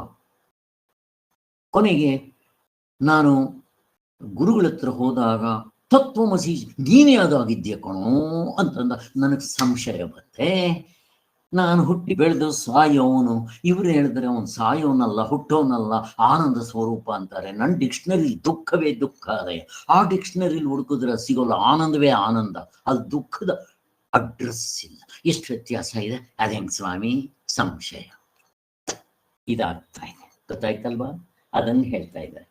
ಒಟ್ಟಿನಲ್ಲಿ ಜ್ಞಾನದ ಅಭಾವ, ವಿಪರೀತ ಜ್ಞಾನ, ಸಂಶಯದ ಅಜ್ಞಾನ, ಇಷ್ಟೇ ಮೂರೇ ಸ್ವಾಮಿ. ಈ ಮೂರರಲ್ಲಿ ಯಾವುದು ತುಂಬ ಸೀರಿಯಸ್ ಪ್ರಶ್ನೆ ಕೇಳ್ತಾ ಇದೆ ಯಾರಾದರೂ? ಈ ಮೂರರಲ್ಲಿ ಅಗ್ರಹಣ, ಸಂಶಯ, ವಿಪರೀತ, ಆಮೇಲೆ ಸಂಶಯ ಜ್ಞಾನ, ಈ ಮೂರರಲ್ಲಿ ಯಾವುದಪ್ಪ ಸಿವಿಯರ್ ಆಗಿರೋದು, ಸೀರಿಯಸ್ ಆಗಿರೋದು? ಯಾರಾದರೂ? ಅಗ್ರಹಣನೇ ಸರ್. ಫಸ್ಟ್ ತಪ್ಪು ತಿಳ್ಕೊಳೋದೇ ಎಲ್ಲದಕ್ಕೂ ಮೂಲ ಕಾರಣ ಸರ್. ಇನ್ಯಾರಾದರೂ? ವಿಪರೀತ ಗ್ರಹಣ ಸರ್. ವಿಪರೀತ ಗ್ರಹಣ ಕರೆಕ್ಟ್ ಮಾಡ್ಕೊಂಡ್ಬಿಟ್ರಿ ಕೃಷ್ಣವೇಣಿ. ಇವಾಗ ಹೇಗಿದೆ ನೋಡ್ರಿ, ವಿಪರೀತ. ಅದರಿಂದ ಫಸ್ಟ್ ಹಂಗೆ ಅನ್ಸುತ್ತೆ ವಿಶಾಲ ಅವರೇ, ಎಲ್ರಿಗೂ ಹಂಗೆ ಅನ್ಸೋದು. ಕೃಷ್ಣವೇಣಿಯವರು ಅದೇ ಆನ್ಸರ್ ಕೊಟ್ಟಿದ್ರು, ನಾವು ಹಂಗೆ ತಿಳ್ಕೊಂಡಿದ್ದು. ಪುಸ್ತಕಗಳು ಓದಿದಾಗ ಗೊತ್ತಾಗುತ್ತೆ ಹೇಗೆ ಅಂತ. ಈಗ ನನ್ನ ಪ್ರಶ್ನೆ, ಮಠ ಮಧ್ಯಾಹ್ನ 12 ಗಂಟೆಯಲ್ಲಿ ನೀವು ಹಾವು ಅಂತ ಅದಕ್ಕೆ ಭ್ರಮೆ ಮಾಡ್ತೀರಾ? ಅಪ್ರಾಣೆಗೂ ಮಾಡಲ್ಲ. ಅದು ಗ್ರಹಣ. ಗ್ರಹಣ ಅಂದ್ರೆ ಜ್ಞಾನ. ಸರಿಯಾಗಿ ಗ್ರಹಿಸೋ, ಎಲ್ಲೋ ಹೋಗಿತ್ತು ನಿನ್ನ ಮನ್ಸು ಅಂತ ನೋಡಿ. ಗ್ರಹಣ ಆಯ್ತು ಅಂದ್ರೆ ಇದರ ರಾಮಾಯಣನೇ ತಪ್ಪು ತಿಳ್ಕೊಳ್ಳೋ ಚಾನ್ಸಸ್ಸೇ ಇಲ್ಲ. ಆದ್ದರಿಂದ ಅದಲ್ಲ, ನಾವು ತಪ್ಪಾಗಿ ತಿಳ್ಕೊಂತೀವಿ ನೋಡ್ರಿ, ಅದು ರಾಮಾಯಣ. ಹಗ್ಗ ಅಲ್ಲ ಅಲ್ಲಿ ರಾಮಾಯಣ.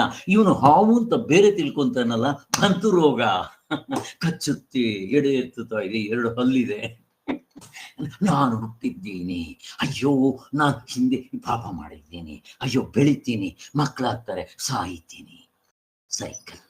ಅದಕ್ಕೆ ಈ ವಿಪರೀತ, ಈ ಜನಕ ಮಹಾರಾಜ ಅಥವಾ ಭಿಕ್ಷುಕ ಅನ್ಕೊಳ್ಳೋದೆ ತುಂಬಾ ಸ್ಟ್ರಾಂಗ್. ಈಗ ನಿಮ್ಗೆ ಜ್ಞಾನ ಆಯ್ತಪ್ಪ, ಆಗಿದ ತಕ್ಷಣ 3 ಹೋಗುತ್ತಾ, 1-2 ಹೋಗುತ್ತಾ? ಪ್ರಶ್ನೆ ಕೇಳ್ತಾ ಇದ್ದೀನಿ. 3 ಒಟ್ಟಿಗೆ ಹೋಗುತ್ತಾ, ಹೇಗೆ ಬೇರೆ ಬೇರೆ ಹೋಗುತ್ತಾ? ಏನಮ್ಮ ವಿಶಾಲ? ಒಟ್ಟಿಗೆ ಹೋಗುತ್ತೆ ಸರ್. Very good. 3 ಒಟ್ಟಿಗೆ ಹೋಗುತ್ತೆ. ಹಗ್ಗ ಅಂತ ನೋಡಿದ ತಕ್ಷಣ ನೀವು ಅವಾಗ ಸಂಶಯ, ವಿಪರೀತ, ಅಯ್ಯೋ ಅದು ಹಾವು ಅನ್ಕೊಂಡಿದ್ದೆ, ಅವ್ರು ಹೇಳಿದ್ದಕ್ಕೆ ಡೌಟ್ ಇತ್ತು, ಎಲ್ಲ ಒಟ್ಟಿಗೆ ಒಂದೇ ಸಲ ಹೊಡೆದಾಕ್ಬಿಡುತ್ತೆ. ಹಗ್ಗ ಕಂಡಿದ ತಕ್ಷಣ ಕ್ಲಿಯರ್. ಆತ್ಮ ತಿಳ್ಕೊಂಡಿದ ತಕ್ಷಣ ಮಿಕ್ಕಿರೋದೆಲ್ಲ 3 ಒಟ್ಟಿಗೆ ಹೊಡೆದಾಕ್ಬಿಡುತ್ತೆ. ಹೇಗಿದೆ ಇದನ್ನು ಹೇಳ್ತಾ ಇದ್ದಾರೆ, ನಾವು ಹೀಗೆ ಅರ್ಥ ಮಾಡ್ಕೋಬೇಕು. ಆದ್ದರಿಂದ ಇಲ್ಲಿ ವಿಪರೀತ ಅಜ್ಞಾನವೇ ಹೆಚ್ಚು ಅನರ್ಥಕಾರಿ. ಆದ್ದರಿಂದ ನಾನು ಪ್ರಮಾತೃ ಎಂಬ ವಿಪರೀತ ಜ್ಞಾನವನ್ನು ತೊಲಗಿಸುವುದರಿಂದ ಅಲ್ಲಿ ಆತ್ಮನ ಜ್ಞಾನ ಆಗೋಯ್ತು ಅಂದ್ರೆ ಅಲ್ಲಿ ಪ್ರಮಾತೃ ಅಡ್ರೆಸ್ ಇಲ್ಲ, ಕಿತ್ಕೊಂಡು ಹೋಗ್ಬಿಡ್ತಾನೆ, ಅವನು ಯಾವಾಗ್ಲೂ ಇಲ್ಲ. ಹಾಗೆ ಇಲ್ದೇ ಇರೋನು ಇಷ್ಟ ಆಟ ಆಡಿಸ್ತಾನಲ್ಲಪ್ಪ, ನೋಡ್ರಿ, ಹಾಗೆ ಕಿತ್ಕೊಂಡು ಹೊರಟೋಯ್ತು. ಅದು ವೇದಾಂತ ವಾಕ್ಯವು ಪ್ರಮಾಣವೆನಿಸಿರುತ್ತದೆ. ವೇದಾಂತ ವಾಕ್ಯ ಪ್ರಮಾಣ ಅಂತ ಅನ್ಸಿರುತ್ತೆ. ಪ್ರಮಾಣ ಅಂತಂದ್ರೆ ನನ್ನ ಇಂದ್ರಿಯಗಳು ಹೊರಗಡೆ ಇರೋ ವಸ್ತು ನೋಡೋ ಹಾಗಲ್ಲ, ನೇರಾದ ಅನುಭವದಿಂದ ತೋರಿಸುತ್ತೆ. ಆತ್ಮನೇವ ಆತ್ಮನ ತುಷ್ಟ, ಆತ್ಮನಿಂದ ಆತ್ಮನನ್ನ ತಿಳ್ಕೋಬಹುದು, ಬೇರೆ ಯಾವುದರಿಂದನೂ ಆಗಲ್ಲ. ಹೇಗಿದೆ ಅದು? ಅದಕ್ಕೆ ಬರೀ ವೇದಾಂತ ವಾಕ್ಯಗಳು ಅಥವಾ ಅದರ ವಿಚಾರವನ್ನ ಚಿಂತನೆ ಮಾಡ್ತಾ ಇದ್ರು ಸಾಕು, ತತ್ವದಲ್ಲಿ ನಿಲ್ಲಕ್ಕಾಗುತ್ತೆ. ಅನ್ಲೆಸ್ ನಿಮ್ಮ ಅಂತಃಕರಣ ಶುದ್ಧಿ ಇರಬೇಕು. ಇದು ನಾವು ಸಾಧನೆ ಮಾಡ್ಬೇಕಷ್ಟೆ, ಇಲ್ದಿದ್ರೆ ಆಗೋದಿಲ್ಲ. ಅದಕ್ಕೆ ಭಗವದ್ಗೀತೆ ಹೀಗೆ ಹೇಳ್ತಾ ಇದ್ದಾರೆ. ಆದ್ದರಿಂದ ವಿಪರೀತ ಜ್ಞಾನವು ಅನರ್ಥಕಾರಿಯಾಗಿರುವುದಕ್ಕೆ ಮುಖ್ಯ ಕಾರಣವೇನೆಂದರೆ ಅದು ಸರಿಯಾದ ಜ್ಞಾನದಿಂದ ಬಾಧಿತವಾಗುವವರೆಗೂ ಇದು ತಪ್ಪು ತಿಳುವಳಿಕೆ ಅಂತ ಗೊತ್ತಾಗೋದಿಲ್ಲ. ಸ್ವಾಮಿಗಳು ಅಂಡರ್ಲೈನ್ ದಪ್ಪ ಅಕ್ಷರಗಳಲ್ಲಿ ಬರೆದು ಬಿಟ್ಟಿದ್ದಾರೆ ಇನ್ನೂ ಕ್ಲಿಯರ್ ಆಗಿ. ಈ ಮೂರರಲ್ಲಿ ಈ ವಿಪರೀತ ಜ್ಞಾನ ಅಂತ ಇದೆಯಲ್ಲ, ಎಚ್ಚರದಲ್ಲಿ ಜನಕ ಮಹಾರಾಜ ಅದರಲ್ಲಿ ಭಿಕ್ಷುಕ ಅನ್ಕೊಂಡಿದ್ರಲ್ಲ, ಅದೇ ತುಂಬಾ ಸ್ಟ್ರಾಂಗ್. ಯಾಕೆ? ಅದು ಸರಿಯಾದ ಜ್ಞಾನ ಆಗುವವರೆಗೂ ಅದು ಹೋಗೋದಿಲ್ಲ. ಆ ತಪ್ಪು ತಿಳುವಳಿಕೆ ಕಳೆಯೋದು ಅಷ್ಟು ಸುಲಭ ಅಲ್ಲ. ಅದರಿಂದ ಅಷ್ಟೆ. ಯಾವಾಗ ಹೋಗುತ್ತೆ? ನಾನು ಆತ್ಮತತ್ವವನ್ನು ಉಳ್ಕೊಂಡ್ರೆ ಹೋಗುತ್ತೆ. ಇಲ್ಲಿ ದೃಷ್ಟಾಂತಕ್ಕೂ ದ್ರಾಷ್ಟಾಂತಕ್ಕೂ ಒಂದು ಇಂಪಾರ್ಟೆಂಟ್ ಡಿಫ್ರೆನ್ಸ್ ಇದೆ. ಚೆನ್ನಾಗಿ ಗಮನ ಕೊಟ್ಟು ಕೇಳ್ರಿ. ಈ ಹಾವು ಹಗ್ಗದಲ್ಲಿ ನಿಮ್ಮನ್ನ ನಾನು ಕರ್ಕೊಂಡು ಹೋಗ್ಬಿಟ್ಟು ಬಾಪ್ಪ ಅಂತ ಹೇಳಿ ಟಾರ್ಚ್ ಹಾಕಿ ತೋರಿಸ್ಬಿಡ್ಬೋದು, ಹೊರಟೋಗುತ್ತೆ. ಈಗ ದೃಷ್ಟಾಂತ ದ್ರಾಷ್ಟಾಂತಿಕದಲ್ಲಿ ಹಂಗೆ ಮಾಡೋಕ್ಕಾಗತ್ತಾ? ಪ್ರಶ್ನೆ ಕೇಳ್ತಾ ಇದ್ದೆ. ಆತ್ಮನ್ನ ಡೈರೆಕ್ಟಾಗಿ ತೋರ್ಸಕ್ಕಾಗತ್ತಾ? ಪ್ರಶ್ನೆ ಕೇಳ್ತಾ ಇದ್ದೆ. ಯಾರಾದರೂ ಹೇಳ್ರಿ ಬೇರೆಯವರು? ವಿಶಾಲ ಅವರು, ಯಾರಾದ್ರು? ಗೋಪಾಲ್, ಶ್ರೀಧರ್ ಅವರು? ತೋರ್ಸಕ್ಕಾಗಲ್ಲ ಸರ್, ನಾವಾಗಿರೋದ್ರಿಂದ ಅರ್ಥಕೋಬೇಕು ಸರ್. ಹೇಗೆ ಅರ್ಥಕೊಂತೀರಾ? ಈಗ ನಿಮ್ಗೆ ತೋರ್ಸಕ್ಕಾಗಲ್ಲ. ನಾನು ಟಾರ್ಚ್ ಹಾಕಿ ತೋರ್ಸೋಂಗೆ ಇದು ಹಗ್ಗ ಅಂತ ನಾನು ಆತ್ಮನ್ ತೋರ್ಸಕ್ ಬರಲ್ಲ. ಯಾಕೆ? ಅವನು ಯಾವುದಕ್ಕೂ ಸಿಗೋದಿಲ್ಲ, ತುಂಬಾ ಸೂಕ್ಷ್ಮ. ಬೆಳಗ್ಗೆ ಹೇಳಿದ್ವಲ್ಲ, ಅವ್ಯಕ್ತಕ್ಕಿಂತಲೂ ಅವ್ಯಕ್ತ. ನಮ್ಮ ಗಾಢ ನಿದ್ರೆಯಲ್ಲಿರೋ ಬೀಜ ರೂಪದಲ್ಲಿ, ಪ್ರಾಣದ ರೂಪದಲ್ಲಿ ಅವ್ಯಕ್ತವಾಗಿರೋ ಅವನೇ ನಮ್ಗೆ ಗುರ್ತಿಡಿ ನೋಡೋದು ಕಷ್ಟ. ಅಂಥದ್ದು ಅವರ ಅಪ್ಪ ಇವನು. ಅವ್ಯಕ್ತಕ್ಕಿಂತಲೂ ಅವ್ಯಕ್ತ ಅಂದ್ರೆ ತುಂಬಾ ಸೂಕ್ಷ್ಮ. ಅವನು ಹೇಗೆ ನೋಡ್ತೀರಾ? ಪ್ರಮಾಣಗಳಿಂದ ನೋಡೋಕ್ ಬರೋಲ್ಲ. ಹೇಳ್ಬಿಟ್ರಲ್ಲ, ಪ್ರತ್ಯಕ್ಷ ಅನುಮಾನ ಶಬ್ದ ಪ್ರಮಾಣದಿಂದ ನೋಡೋಕ್ ಬರೋಲ್ಲ. ಈಗ ಅವನ್ ಹೇಗ್ ತಿಳ್ಕೊಂತೀರಾ? ಅದು ಪ್ರಶ್ನೆ. ಹೆಂಗ್ ತಿಳ್ಕೊಂತೀರಾ? ಏನ್ ವಿಶಾಲ್ ಅವರೇ, ಬೇರೆಯವರು? ಶ್ರೀಧರ್? ನೇರವಾದ ಅನುಭವ, ಸಾರ್ವತ್ರಿಕ ಪೂರ್ಣ ಅನುಭವದಿಂದ ತಿಳ್ಕೊಬೇಕು. ಕರೆಕ್ಟು. ಅಲ್ಲೂ ಕೂಡ ಹೇಗ್ ತಿಳ್ಸ್ಕೊಡುತ್ತೆ ಹೋಗಿ? ಉಪಾಧಿಗಳನ್ನ ಬಿಡ್ಬೇಕು ಸರ್. ಎಕ್ಸ್ಟ್ರಾ ಫಿಟ್ಟಿಂಗ್ಸ್ ಎಲ್ಲ ತೆಗೆದ್ರೆ ನಮ್ಮ ನಿಜವಾದ ಸ್ವರೂಪ ಏನೋ ಅದು ಅರ್ಥಕೋಬಹುದು ಸರ್. ಇನ್ನು ಅನಾತ್ಮನ್ ಬಿಡ್ಬೇಕು ಸರ್. ಅನಾತ್ಮನ್ ಬಿಡಬೇಕು. ಹಿಡ್ಕೊಳ್ರಿ.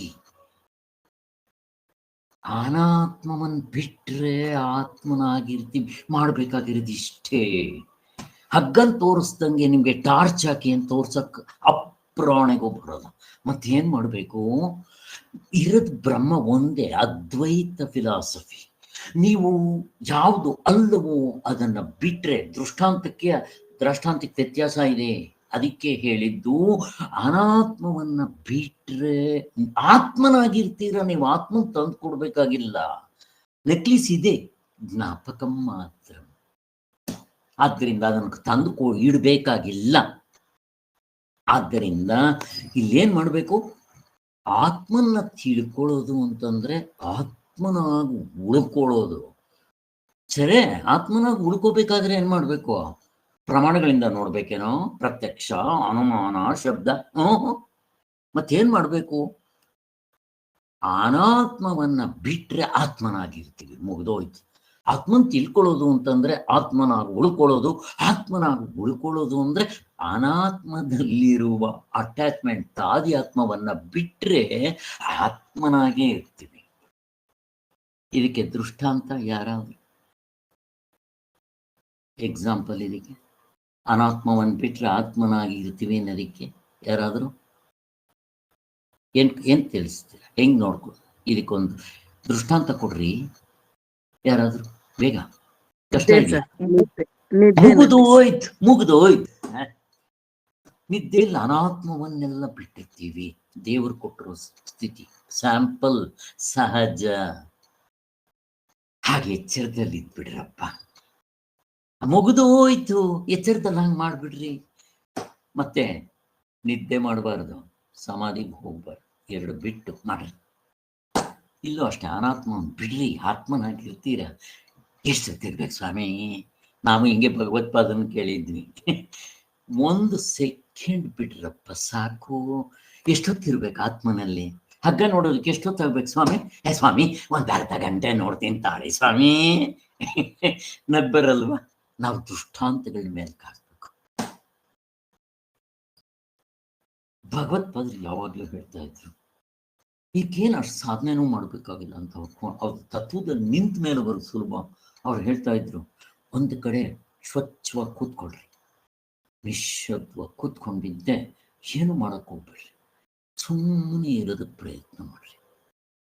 ಥಾಟ್ಸ್ ಬಂದ್ರೆ ಥಾಟ್ಸ್ ಹಿಂದೆ ಹೋಗ್ಬೇಡ್ರಿ, ಸುಮ್ಮನೆ ಬಿಡೋದಕ್ಕೆ ಪ್ರಯತ್ನ ಮಾಡ್ರಿ. ಅಷ್ಟೇ ಅವ್ರು ಮಾಡಿದ್ದಷ್ಟೇ 6 ತಿಂಗಳು.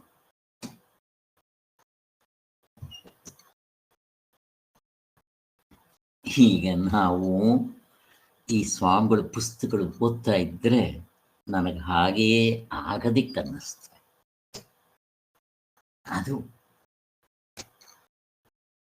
ಅದಕ್ಕೆ ಎಷ್ಟು ಗಂಟೆ ಓದಿದ್ರು ಬೇಸರ ಆಗೋದಿಲ್ಲ.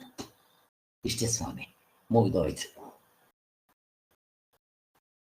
ಅಲ್ಲಿಗೆ ನಿಮಗೆ ಯಾಕಿದು ಅಂತಂದ್ರೆ ಸರಿಯಾದ ಜ್ಞಾನದಿಂದ ಮಾತ್ರ ಬಾಧಿತವಾಗುತ್ತೆ. ಹಾಗೆ ಅನ್ನೋದು ಹೇಳ್ತಾ ಇದ್ದಾರೆ. ಇದು ತಪ್ಪು ತಿಳುವಳಿಕೆ ಅಂತ ಒಂದು ಸಾರಿ ಗೊತ್ತಾಗ್ಬಿಟ್ರೆ ಮತ್ತೆ ತಿರ್ಗಾ ನಿಮ್ಗೆ ಟೋಪಿ ಬಿಡಲ್ಲ. ಈಗ ಮತ್ತೆ ದೃಷ್ಟಾಂತಕ್ಕೂ ದ್ರಷ್ಟಾಂತಕ್ಕೂ ವ್ಯತ್ಯಾಸ ಹೇಳ್ತಾ ಇದ್ದಾರೆ. ಈಗ ದೃಷ್ಟಾಂತದಲ್ಲಿ ನಮ್ಮ ಹಿತ್ತಲ್ಲಿ ನಾನು ಹಾವು ಅಂತ ಹೆದರ್ಕೊಂತ ಇದ್ದೆ. ಈಗ ನನಗೆ ಗೊತ್ತಾಯ್ತು, ಟಾರ್ಚ್ ಹಾಕಿ ನೋಡಿದ್ವಿ, ಗೊತ್ತಾಯ್ತು ಹಗ್ಗ ಇದ್ದಿದ್ದು ಹಾವಲ್ಲ ಅಂತ.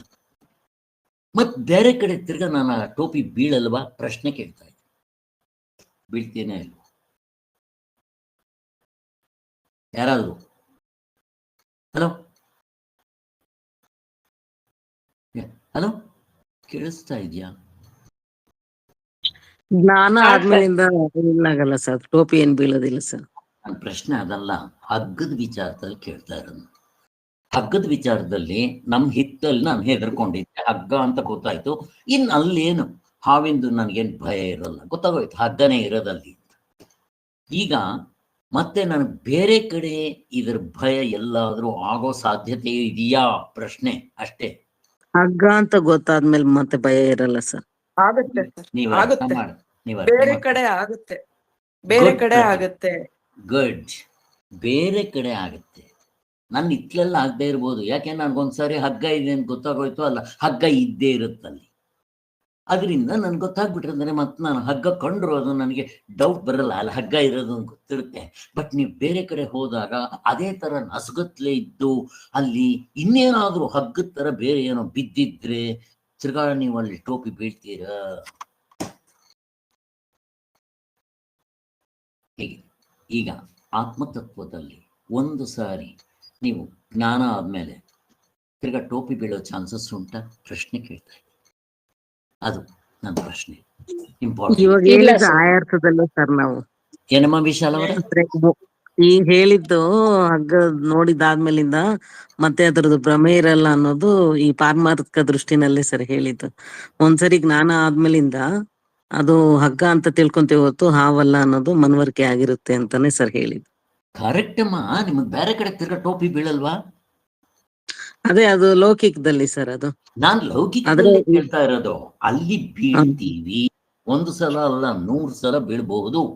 ಬಟ್ ಪಾರಮಾರ್ಥದಲ್ಲಿ 1 ಸಾರಿ ನಿಮ್ಗೆ ಆತ್ಮನ ಜ್ಞಾನ ಆಗ್ಬಿಟ್ರೆ ಮತ್ತೆ ತಿರ್ಗಾ ತಪ್ಪಾಗಿ ಬೇರೆ ಕಡೆ ಈ ದೃಷ್ಟಾಂತದಲ್ಲಿ ಬೇರೆ ಕಡೆ ತಪ್ಪಾಗಿ ತಿಳ್ಕೊಳ್ಳೋ ಹಾಗೆ ಇಲ್ಲಿ ತಿಳ್ಕೊಂತೀರಾ ಅಂತ ಪ್ರಶ್ನೆ.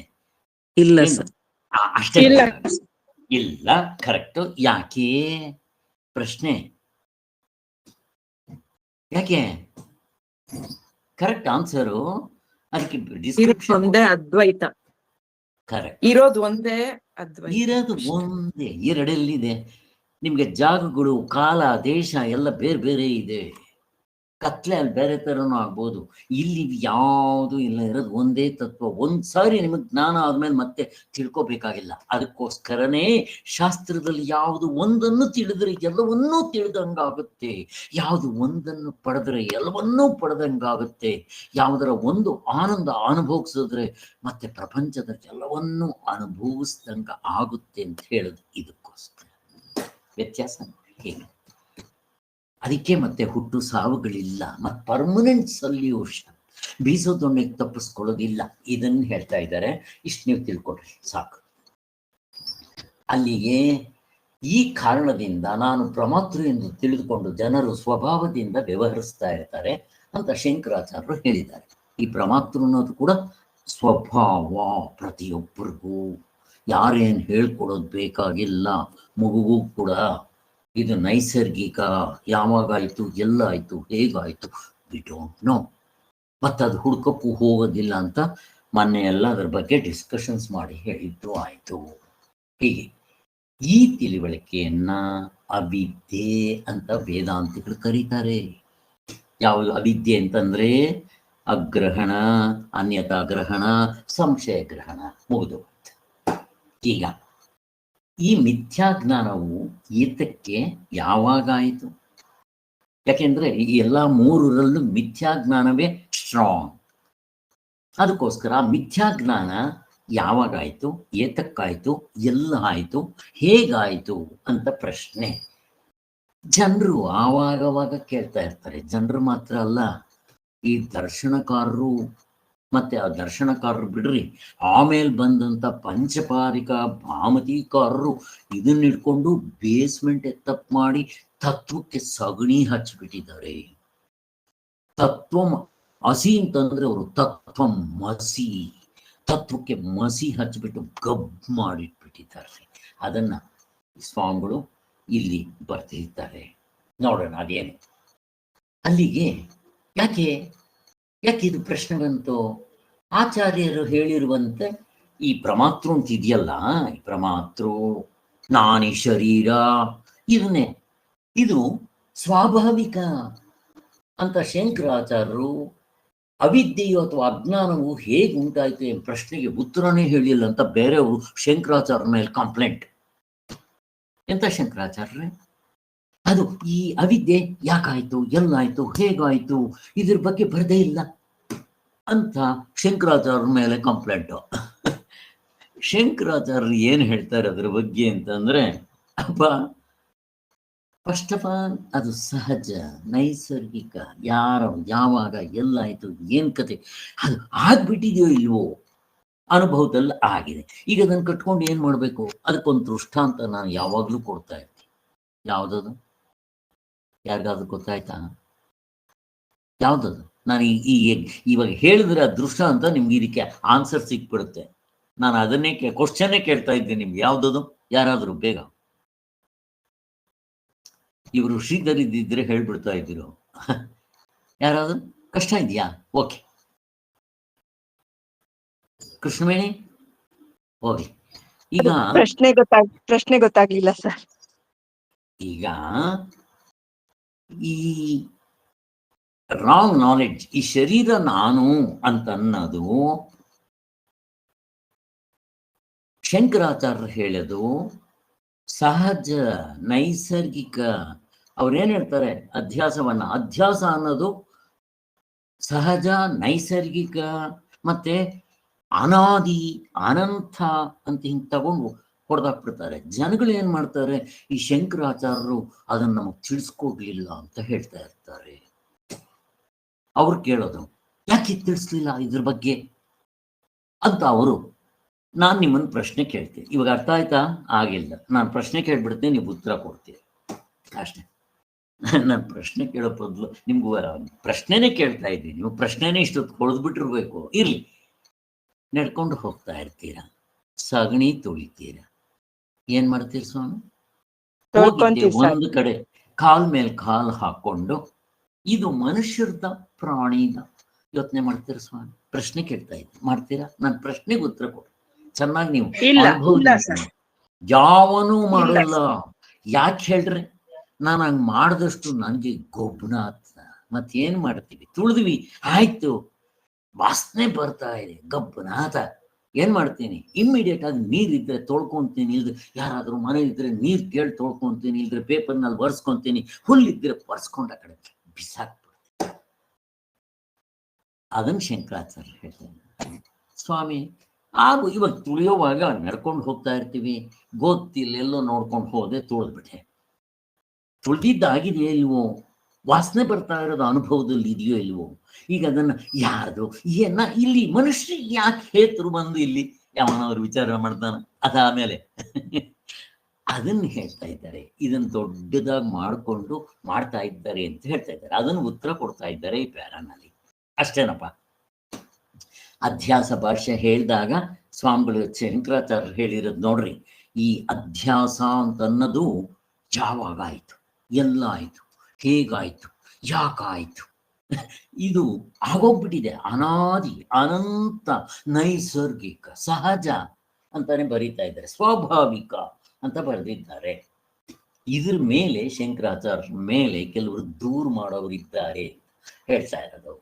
ಆದರೆ ಈ ಆಕ್ಷೇಪವು ಅವಿದ್ಯಾ ಸ್ವಭಾವವನ್ನ ಅರಿಯದೇ ಇರೋದ್ರಿಂದ ಮಾಡಿರೋದು ಅಷ್ಟೇ, ಮುಗ್ದೋಯ್ತು ನೋಡ್ರಿ. ಇವ್ರು ಬಂದ್ರು, ಅವ್ರು ಇದ್ದಿದ್ರೆ ಆನ್ಸರ್ ಕೊಟ್ಬಿಡ್ತಾ ಇದ್ರು ಶ್ರೀಧರ್ ಅವರು. ಎಲ್ಲಿ ಆದ್ರಿಂದ ಈ ಶಾಸ್ತ್ರದ ತಿಳುವಳಿಕೆಯು ಬರುವವರೆಗೂ ಆಯಾ ವಿಷಯದ ಅವಿದ್ಯೆ ಇದ್ದೇ ಇರುತ್ತೆ. ಯಾವುದೇ ಆಗಲಿ, ಲೌಕಿಕ, ವೈದಿಕ, ಪಾರಮಾರ್ಥಿಕ, ನಮಗೆ ಸರಿಯಾದ ಜ್ಞಾನ ಆಗುವವರೆಗೂ ಅದರ ಬಗ್ಗೆ ನಮಗೆ ಸಂಶಯ, ವಿಪರೀತ ಜ್ಞಾನ ಇದ್ದದ್ದೇ. ಅದು ಲೌಕಿಕವಾಗಲಿ, ವೈದಿಕವಾಗಲಿ, ಪಾರಮಾರ್ಥಿಕವಾಗಲಿ ಅಂತ ಹೇಳ್ತಾ ಇದ್ದಾರೆ. ಇದು ನೀವು ಫಾರ್ ಎಕ್ಸಾಂಪಲ್ ಸ್ವಾಮಿ ಮನಃಶಾಸ್ತ್ರ ತಗೊಳ್ರಿ, ಶರೀರಶಾಸ್ತ್ರ ತಗೊಳ್ರಿ, ಭೌತಿಕ ಶಾಸ್ತ್ರ ತಗೊಳ್ರಿ, ಸೈನ್ಸ್ನಲ್ಲಿ ಬೇಕಾದಷ್ಟು ಬಂದಿದೆ, ಸೈಕಾಲಜಿ ಶಾಸ್ತ್ರ, ಆಮೇಲೆ ಆರೋಗ್ಯ ಶಾಸ್ತ್ರ, ಜಾತಕ ಶಾಸ್ತ್ರ, ನೀವು ಏನು ಬೇಕಾದರೂ ತಗೊಳ್ರಿ, ಎಲ್ಲದರಲ್ಲೂ ಇದು ಇರೋದೇ ಅಂತ ಹೇಳ್ತಾ ಇದ್ದಾರೆ. ಜ್ಞಾನದ ಅಭಾವ, ಸಂಶಯ, ಅಜ್ಞಾನ, ಮಿಥ್ಯಾ ಅಜ್ಞಾನ, ಇವುಗಳು ಇಲ್ಲದೆ ಇದ್ದಿದ್ದರೆ ಆಯಾ ಶಾಸ್ತ್ರ ಉಂಟಾಗಬೇಕಾದ ಅವಶ್ಯಕತೆನೇ ಇರ್ತಾ ಇರಲಿಲ್ಲ. ಆ ಶಾಸ್ತ್ರ ಯಾತಿಗೆ ಬೇಕಾಗಿತ್ತು ನಿಮ್ಗೆ? ಇವು ಇಲ್ಲದೆ ಇದ್ದಿದ್ರೆ, ಅವಿದ್ಯೆ, ರಾಂಗ್ ನಾಲೆಡ್ಜ್ ಇಲ್ಲದೆ ಇದ್ದರೆ ನಿಮಗೆ ವೇದಾಂತ ಯಾಕೆ ಬೇಕಾಗಿತ್ತು? ಏನು ಬೇಕಾಗಿರ್ಲಿಲ್ಲ. ಅದನ್ನು ಹೇಳ್ತಾ ಇದ್ದಾರೆ. ಅದಕ್ಕೆ ಈಗ ನನಗೆ ಹುಟ್ಟಿದ ತಕ್ಷಣ ನಾನು ಎಲ್ಲ ಕಾಯಿಲೆ ಗೀಲೆ ಎಲ್ಲ ಗೊತ್ತಾಗ್ಬಿಟ್ಟಿದ್ರೆ ನನಗೆ ಮೆಡಿಕಲ್ ಕಾಲೇಜ್ಗೆ ಯಾಕೆ ಹೋಗ್ಬೇಕಾಗಿತ್ತು? ಹಾಗೆ ಪ್ರತಿಯೊಂದು ಕೂಡ ಮಗು ಹುಟ್ಟಿದ ಮೇಲೆ ತಾಯಿ ಗುರು, ತಂದೆ ಗುರು, ಆ ಸ್ಕೂಲ್ನಲ್ಲಿ ಟೀಚರ್ ಗುರು ಅಂತ ಯಾಕೆ ಹೇಳ್ತಾರೆ ಅಂತಂದ್ರೆ ಅಜ್ಞಾನಗಳು ತರಾವರಿ 3 ಇದ್ದೇ ಇರುತ್ತೆ, ಅದಕ್ಕೋಸ್ಕರ ಅಂತ ಹೇಳ್ತಾ ಇದ್ದಾರೆ. ಹೀಗೆ ಈವನ್ ಎಲ್ಲಾ ಕಡೆ ಇವಿದ್ದರದೆ. ಇದರಂತೆ ಲೌಕಿಕ ವೈದಿಕದಲ್ಲಿ ಇದ್ದ ಮೇಲೆ ಇನ್ನು ವೇದಾಂತ ಶಾಸ್ತ್ರ ಕೂಡ ಆತ್ಮನ ವಿಷಯಕ್ಕೆ, ತನ್ನ ವಿಷಯಕ್ಕಿರುವ ಅಜ್ಞಾನವನ್ನ ಕಳೆಯುವುದಕ್ಕೋಸ್ಕರನೇ ಈ ವೇದಾಂತಗಳು ಬಂದಿದೆ. ಪ್ರಸ್ಥಾನತ್ರಯ ಭಾಷ್ಯ. ಹಾಗೆ ಆಶ್ಚರ್ಯ ಏನಾದರೂ ಏನಿಲ್ಲ ಅಂತ ಹೇಳ್ತಾ ಇದ್ದಾರೆ. ಆದ್ದರಿಂದ ಆತ್ಮನ ವಿಷಯದ ಅಜ್ಞಾನವು ಯಾವಾಗ, ಯಾವ ಕಾರಣದಿಂದ ಬಂತು ಅಂತ ಪ್ರಶ್ನೆನೇ ಸರಿ ಇಲ್ಲ. ಇದನ್ನ ಅದಕ್ಕೆ ಈ ಪ್ರಶ್ನೆನೇ ಸರಿ ಇಲ್ಲದೆ ಇರೋದ್ರಿಂದ ಶಂಕರಾಚಾರ್ಯರ ಮೇಲೆ ತಪ್ಪು ಹಾಕ್ತಾರಲ್ಲ, ನೀವು ಸರಿಯಾಗಿ ತಿಳ್ಕೊಂಡಿಲ್ಲ. ಇವಾಗ ಲೌಕಿಕದಲ್ಲಿ ಯಾರಾದ್ರೂ ಕೇಳ್ತಾರ ಹಂಗೆ? ಈಗ ನಾನು ಡಾಕ್ಟರ್ ಕೋರ್ಸ್ಗೆ ಹೋದ್ರೆ ಯಾಕ್ರಿ ನನಗೆ ಟ್ರೀಟ್ಮೆಂಟ್ ಕೊಡೋಕೆ ಬರೋಲ್ಲ ಅಂತ ಮೊದಲೇ ಡಾಕ್ಟರ್ ಕೋರ್ಸ್ಗೆ ಹೋಗೋಕೆ ಮೊದಲು ಯಾವನ ಕೇಳ್ತಾನ? ದಡ್ಡ, ನಿಂಗೆ ಗೊತ್ತಿಲ್ಲ ಕಣೋ, ಬಂದಿರೋದೇ ಇವಾಗ ಕಲಿಯೋದಿಕ್ಕೆ, ಮುಗ್ದೋಯ್ತು. ಏನಿದೆ ಅಲ್ಲಿ? ಸಂಶಯ, ಅಗ್ರಹಣ, ಸಂಶಯ, ವಿಪರೀತ ನಿನಗಿದೆ, ಅದಕ್ಕೋಸ್ಕರ ಬಂದಿದ್ದೀನಿ ಅಷ್ಟೆ. ಯಾವನಾದ್ರು ಕೇಳ್ತಾನ ಈ ಪ್ರಶ್ನೆನ? ಇಂಜಿನಿಯರಿಂಗ್ ಕೋರ್ಸ್ಗೆ ಹೋಗಿದ ತಕ್ಷಣ ಯಾಕೋ ನಿನಗೆ ಗೊತ್ತಿಲ್ಲ ಇಂಜಿನಿಯರಿಂಗ್ದು ಯಾವನ ಕೇಳ್ತಾನ? ಈಗ ಹಾವು ಅಂತ ತಿಳ್ಕೊಂಡಿದ ತಕ್ಷಣ ಅಯ್ಯೋ ನನಗೆ ಯಾಕೆ ಹಗ್ಗ ಅಂತ ಗೊತ್ತಾಗ್ಲಿಲ್ಲ, ಕತ್ಲೆ ಅಂತ ಹೇಳ್ಬೋದು. ಅದೇನೋ ಒಂದು ರೀಸನ್ ಇದೆ, ಕತ್ಲೆ, ಅದರಿಂದ ತಿಳ್ಕೊಂಡಿಲ್ಲ ಅಷ್ಟೇ, ಮುಗಿದೋಯ್ತಲ್ಲಿ. ಹಂಗೆ ಹೀಗೆ. ಆದ್ದರಿಂದ ಈ ಪ್ರಶ್ನೆನೇ ಸರಿ ಇಲ್ಲ. ಬೇರೆಯವ್ರು ಕೇಳೋದು ಬಿಟ್ಬಿಡ್ರಿ, ಅದು ಬೇಡ. ಈಗಿನ ಕೆಲವರು ವೇದಾಂತಿಗಳು ಯಾರಪ್ಪ ಬ ಶಂಕರಾಚಾರ್ಯರು ಸುರೇಶ್ವರಾಚಾರ್ಯರು ಆದಮೇಲೆ ಬಂದಂತ ಪಂಚಪಾದಿಕ ಭಾಮತಿಕಾರರು ಇದನ್ನ ಕಾರ್ಯ ಅವಿದ್ಯೆ ಅಂತಾರೆ. ಯಾವುದು ಈ ಮೂರು ಹೇಳಿದ್ವಲ್ಲ ಇವು ಕಾರ್ಯಾವಿದ್ಯೆನಂತೆ. ಯಾವುದು ಅಗ್ರಹಣ, ಅನ್ಯತ ಗ್ರಹಣ, ಸಂಶಯ ಗ್ರಹಣ, ಇದು ಕಾರ್ಯ. ಮತ್ತಿದ ಕಾರಣ ಏನು? ಮೂಲ ಅವಿದ್ಯೆ. ಅರ್ಥ ಆಯ್ತಾ ನಿಮ್ಗೆ? ಹೆಂಗ್ ತಗೊಂಬಂದಿದ್ದಾರೆ, ಎಷ್ಟು ತಪ್ಪು ಮಾಡ್ಕೊಂಡಿದ್ದಾರೆ ಅವರು ಅಂತ ಇವಾಗ ನಮಗ್ ಬರ್ತಾ ಇದೆ. ನಾವೇನಂತ ಗ್ರೇಟ್ ಸಂಸ್ಕೃತ್ ಬರಲ್ಲ, ವೇದಾಂಗಗಳನ್ನ ಓದಿಲ್ಲ, ಸ್ವಾಮಿಗಳು ಪುಸ್ತಕಗಳು ಓದಿದಕ್ಕೆ ನಮ್ಗೆ ಅರ್ಥ ಆಗ್ತಾ ಇದೆ, ನಗ್ ಬರುತ್ತೆ. ಅವ್ರಿಗೆಲ್ಲ ಗೊತ್ತಿತ್ತು, ಪಂಡಿತರಾಗಿದ್ರು. ಬಟ್ ಡಿಫೆಕ್ಟ್ ಏನಿತ್ತು ಅವರಲ್ಲಿ? ಪ್ರಶ್ನೆ ಕೇಳ್ತಾ ಇದ್ರು. ಏನಿತ್ತು ಡಿಫೆಕ್ಟ್ ಆ ಪಂಚಪಾದಿಕ ಪಾಮತಿಕಾರರಲ್ಲಿ? ಈವನ್ ದರ್ಶನಕಾರರು ಪ್ರತಿಯೊಬ್ಬರಲ್ಲೂ ಪ್ರಶ್ನೆ ಕೇಳ್ತಾ ಇದ್ರು. ಯಾರಾದ್ರೂ? ಮೇಲೆ ಮೋಕ್ಷ ಅಂತ ಅಲ್ಲ, ಡಿಫೆಕ್ಟ್ ಏನಿತ್ತು ಅವೆಲ್ಲ ಸಾರ್ವತ್ರಿಕ ಪೂರ್ಣ ಅನುಭವ ಹಿಡಿಲಿಲ್ಲ ಸರ್. Very good. ಸಾರ್ವತ್ರಿಕ ಪೂರ್ಣ ಅನುಭವ ಗೊತ್ತಿಲ್ಲ, ಸಾಕ್ಷಿನ ಗುರ್ಸೋದು ಗೊತ್ತಿಲ್ಲ, ಎಚ್ಚರದಿಂದ ಕನಸು ನಿದ್ದೆ ಮೆಷರ್ ಮಾಡಿದ್ರು, ಇಂಟೆಲೆಕ್ಚುಯಲ್ ಜಗ್ಲರಿ ಉಪಯೋಗಿಸಿದ್ರು, ಮುಗಿದೋಯ್ತು. ಇದು ಅವ್ರಿಗೆ ತಪ್ಪಾಗಿತ್ತು. ಅಂತ ಗುರು ಸಿಗಲಿಲ್ಲ ಅವರಿಗೆ, ಅಷ್ಟಪ್ಪ. ಅವ್ರದ್ದು ತಪ್ಪಿಲ್ಲ, ಅಂತ ಗುರು ಸಿಗಲಿಲ್ಲ ಅವ್ರಿಗೆ. ನಮಗೂ ಸತ್ಯದಾನಂದ ಸರಸ್ವತಿ ಸ್ವಾಮಿಗಳು ಸಿಗದೆ ಇದ್ರೆ ನಮ್ಮ ಕಥೆನೂ ಇಷ್ಟೇ. ಹಾಗೆ ಅದಕ್ಕೆ ಈಗ ಇನ್ನೊಂದು ನಿಮ್ಮನ್ನೊಂದು ಪ್ರಶ್ನೆ ಕೇಳ್ತೇನೆ. ಈಗ ಅವರು ಮೂಲ ಅವಿದ್ಯೆ, ಕಾಡನಿದ್ರೆಯಲ್ಲಿ ಮೂಲ ಅವಿದ್ಯೆ ಇದೆ, ಅದರಿಂದ ಈ ಮೂರು ತಪ್ಪು ಮಾಡಿಕೊಂಡ್ರು ಅಂತ ಅವ್ರು ಹೇಳೋದು. ಈಗ ಈ ಮೂಲ ಅವಿದ್ಯೆಯನ್ನ ನಮ್ಮ ಪ್ರಸ್ಥಾನತ್ರಯ ಭಾಷ್ಯದಲ್ಲಿ ಎಲ್ಲಾದ್ರೂ ಇದೆಯಾ ಅಂತಂದ್ರೆ ನಾವು ಯಾರೂ ಓದಿಲ್ಲ. ಸ್ವಾಮಿಗಳು 100 ಸಲ ಓದಿದ್ದಾರೆ ಒಂದೊಂದು ಭಾಷ್ಯವನ್ನ. 10 ಉಪನಿಷತ್ತುಗಳು, ಸೂತ್ರ ಭಾಷ್ಯ ಮತ್ತು ಭಗವದ್ಗೀತೆ ಶಂಕರಾಚಾರ್ಯರು ಬರೆದಿರೋದು ಒಂದು ಪುಸ್ತಕವನ್ನ 100 ಸಲ ಓದಿದ್ದಾರೆ. ಅವ್ರು ಹೇಳ್ತಾರೆ ಧೈರ್ಯವಾಗಿ ಪ್ರಸ್ಥಾನತ್ರಯ ಭಾಷ್ಯದಲ್ಲಿ ನೀವು ಹಗಲೊತ್ತು ಫ್ಲಡ್ ಲೈಟ್ ಹಾಕೊಂಡು ಹುಡುಕಿದ್ರು ಸಿಗಲ್ಲ ಸ್ವಾಮಿ ಮೂಲ ಅವಿದ್ಯೆ. ಇವ್ರು ತಂದು ಹಾಕಿದ್ರು. ಈಗ ಅವರು ಈ ಮೂಲ ಅವಿದ್ಯೆ ಅನ್ನೋದು ಕಾರಣ ಅವಿದ್ಯೆ, ಕಾರಣನಂತೆ. ಈಗ ಎಚ್ಚರದಲ್ಲಿ ನಾವು 3 ತಪ್ಪು ಮಾಡ್ಕೊಂಡಿದ್ದೀವಲ್ಲ, ಎಲ್ಲಿ ಏನಂತ? ಅಗ್ರಹಣ, ಅನ್ಯತಾ ಗ್ರಹಣ, ಸಂಶಯ ಗ್ರಹಣ ಮಾಡ್ಕೊಂಡಿದ್ದೇನಲ್ಲ, ಅದು ಕಾರ್ಯನಂತೆ. ಈಗ ಕಾರ್ಯ ಕಾರಣ ಅಂತ ಹೇಳೋದಿಕ್ಕೆ ಇವ್ರಿಗೆ ಹೆಂಗ ಇವರಿಗೆ ಆ ಕಡೆ ಮನಸ್ಸು ಹೋಯ್ತು? ಕಾರ್ಯಕಾರಣ ಅಂತ ಹೇಳೋದಕ್ಕೆ ಪ್ರಶ್ನೆ ಕೇಳ್ತಾ ಇದ್ದೀನಿ. ಶಾಸ್ತ್ರವನ್ನ ತಪ್ಪಾಗಿ ತಿಳ್ಕೊಂಡಿದ್ದಾರೆ ಇವರು. ಬಟ್ ಯಾಕೆ ಅಂತ ನಾನು ನಿಮ್ಮನ್ನು ಕೇಳ್ತಾ ಇದ್ದೀನಿ. ಯಾರಾದ್ರೂ ಹೇಳಕ್ ಬರುತ್ತಾ? ಗೈಡ್ ಬುಕ್ಸ್ ಇಟ್ಕೊಂಡ್ಬಿಟ್ರು ಸರ್. ಅದು ಸರಿ, ಗೈಡ್ ಬುಕ್ಸ್ ಇಟ್ಕೊಂಡ್ರು, ಕರೆಕ್ಟು. ಶಂಕರಾಚಾರ್ಯದು ಹೇಳ್ಕೊಂಡಿಲ್ಲ. ಬಟ್ ಇವರಿಗೆ ಇನ್ನೊಂದು, ಇದಕ್ಕೆ ಶಾಸ್ತ್ರದಲ್ಲೇ ಆಧಾರ ಇದೆ. ಯಾಕೆ ಇವರು ಕಾರಣ ಕಾರ್ಯ ಅಂತ ಹೇಳಿದ್ರು ಅಂತ ನಿಮ್ಗೆ ಹೇಳಿದ್ರೆ ಇವಾಗ ಹೌದು. ಗಾಢನಿದ್ರೆನಲ್ಲಿ ಕಾರಣ ಇರುತ್ತೆ, ಎಚ್ಚದ ತಕ್ಷಣ ಪ್ರಪಂಚ ತೋರುತ್ತಲ್ಲ ಸರ್, ಅದಕ್ಕೆ ಅವರು ಕಾರ್ಯ ಕಾರಣ ಇಟ್ಕೊಂಡ್ರು. ಹಾ, ಮಾಂಡಿಕ್ಯ ಉಪನಿಷತ್ ತೆಗೆದು ನೋಡ್ರಿ. ಅಲ್ಲ ಅವ್ರು ಏನ್ ಮಾಡ್ತಾರೆ, ಈಗ ಗಾಢನಿದ್ರೆಯಲ್ಲಿ ಆತ್ಮನಾಗಿರ್ತೀವಿ ನಾವು ಪ್ರತಿಯೊಬ್ಬರು. ದೇವರು ಕೊಟ್ಟಿರೋ ಸಹಜ ನೈಸರ್ಗಿಕ ಇದು, ದೇವರು ಕೊಟ್ಟಿರೋ ಸ್ಯಾಂಪಲ್. ಅಲ್ಲಿ ಆತ್ಮ ಅಂತ ನನಗೆ ಗೊತ್ತಾಗಲ್ಲ. ಗೊತ್ತಾಗತ್ತಾ? ಗೊತ್ತಾದ್ರೆ ಮತ್ತೆ ಸಾಧನೆ ಹಾಕ್ಬೇಕು. ನಾನು ನಿದ್ದೆಗೆ ಹೋಗಿದ ತಕ್ಷಣ ಮುಕ್ತನಾಗ್ಬಿಟ್ರೆ ಮತ್ತೆ ಸಾಧನೆ ಹಾಕ್ಬೇಕು ಸ್ವಾಮಿ. ಎಚ್ಚರಕ್ಕೆ ಬಂದಿದ ತಕ್ಷಣ ಎಲ್ರು ಒಂದ್ಸಾರಿ ನಿದ್ದೆ ಮಾಡಿದ್ರೆ ಮುಕ್ತರಾಗ್ಬಿಟ್ರು. ಹಂಗಾಗಲ್ಲ. ದೇವರು ಕೊಟ್ಟಿರೋ ಸ್ಯಾಂಪಲ್ ಅಲ್ಲಿ ಅನಾತ್ಮಗಳನ್ನ ಬಿಟ್ಟು ಆತ್ಮನಾಗಿ ಅಲ್ಲಿ ಉಳಿಸಿರ್ತಾನೆ ಪರಮಾತ್ಮ. ಸ್ಯಾಂಪಲ್ ಎಲ್ಲನೂ ನೋಡ್ಕೊಂಡ್ಬಿಡ್ಬೋದು. ಆದ್ರಿಂದ ಅಲ್ಲಿ ಅದನ್ನ ಕಾರ್ಯ ಅವಿದ್ಯೆ ಅಂತ ಈ ಸೂತ್ರ ಭಾಷೆಯಲ್ಲಿ ಕರೆದಿದ್ದಾರೆ. ಅದನ್ನ ಗೌಡಪಾದ ಕಾರಿಕೆಯಲ್ಲಿ ಹಿಂದೆ ಕೂಡ ಅದನ್ನು ಹೇಳಿದ್ದಾರೆ, ಕ್ಲೀನಾಗಿ ಹೇಳಿದ್ದಾರೆ. ಗೌಡಪಾದ ಹೃದಯದಲ್ಲೂ ಕೂಡ ಅದನ್ನ ಕಾರಣ ಅವಿದ್ಯೆ ಅಂತ ಹೇಳಿದ್ದಾರೆ. ಈ ಯಾವಾಗ ಗಾಢನಿದ್ರೆಯಲ್ಲಿದ್ದಾಗ ನಾನು ಇದ್ದದ್ದನ್ನು ಇದ್ದಾಗ ತಿಳ್ಕೊಂಡ್ಲಿಲ್ವೋ ಅದನ್ನ ಅಗ್ರಹಣ, ಅದನ್ನ ಕಾರಣ ಅವಿದ್ಯೆ. ಈಗ ಅದರಿಂದ ಏನಾಯ್ತು, ನಾನು ಕನಸಿನಲ್ಲಿ ಭಿಕ್ಷುಕ ಅಂತ ತಿಳ್ಕೊಂಡೆ, ಎಚ್ಚರದಲ್ಲಿ ಜನಕ ಮಹಾರಾಜ ಅಂತ ತಿಳ್ಕೊಂಡೆ. ಈಗ ಇದನ್ನೇನಂತಾರೆ, ಕಾರ್ಯ ಅಂತಾರೆ.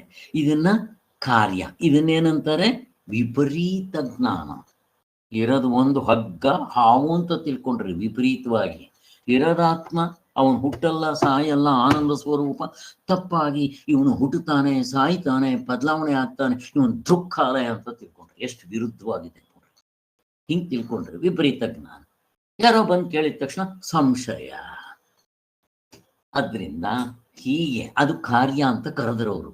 ಇವರು ಏನ್ ಮಾಡಿದ್ರು, ಇದನ್ನ ಹೀಗೆ ತಗೊಳ್ಳೋದು ಬಿಟ್ಟು ಇವರು ಅದಕ್ಕೆ ಕಾರಣ ಅಂತ ಅದನ್ನ ಮೂಲ ವಿದ್ಯೆ ಅಂತ ಹೇಳಿದ್ರು. ಇದನ್ನ ಮೂಲ ವಿದ್ಯೆ ಅಂದ್ರೆ ಏನ್ ಗೊತ್ತಾ, ಈಗ ನೀವು ಹಗ್ಗ ಅಂತ ಯಾಕ್ರಿ ತಿಳ್ಕೊಂಡು, ಹಾವು ಅಂತ ಯಾಕ್ರಿ ತಿಳ್ಕೊಂಡ್ರಿ, ಹಗ್ಗ ಅಂತ ಯಾಕೆ ತಿಳ್ಕೊಂಡ್ಲಿಲ್ಲ ಅಂದ್ರೆ ಆ ಹಗ್ಗದ ಮೇಲೆ ಒಂದು ಟವಲ್ ಹಾಕ್ಬಿಟ್ಟಿದ್ದಾರೆ, ಅದರಿಂದ ತಿಳ್ಕೊಂಡ್ಲಿಲ್ಲ. ನಾನು ಪ್ರಶ್ನೆ ಈಗಲೇ ಕೇಳ್ತೀನಿ, ಹಗ್ಗದ ಮೇಲೆ ಟವಲ್ ಹಾಕಿದ್ರೆ ನೀವು ತಪ್ಪಾಗಿ ಹಾವು ಅಂತ ತಿಳ್ಕೊಳ್ಳೋ ಚಾನ್ಸಸ್ ಉಂಟಾ? ಪ್ರಶ್ನೆ ಕೇಳ್ತಾರೆ. ಇಲ್ಲ ಸರ್, ಇಲ್ಲ. ಏನಿದೆ ಖಂಡಿತ ಅಂತಾನೆ ಇಲ್ಲ. ಗೊತ್ತಾಗಲ್ಲ. ಖಂಡಿತ ಇಲ್ಲ. ವೆರಿ ಗುಡ್, ಎಲ್ಲರೂ ಹೇಳ್ತಾ ಇದ್ದೀರಾ. ಶ್ರೀಧರ್ ಹೇಳಿದ್ರು, ವಿಶಾಲ ಹೇಳಿದ್ರು, ಖಂಡಿತ ಸಾಧ್ಯ. ಯಾಕೆ ಅಂತಂದ್ರೆ ಅಲ್ಲಿ ಒಂದು ಬೇಸ್ ಇರ್ಬೇಕು ನನಗೆ, ಅಲ್ಲಿ ಏನೋ ಒಂದು ಬಿದ್ದಿರ್ಬೇಕು ಹಾವಿನ ಥರ.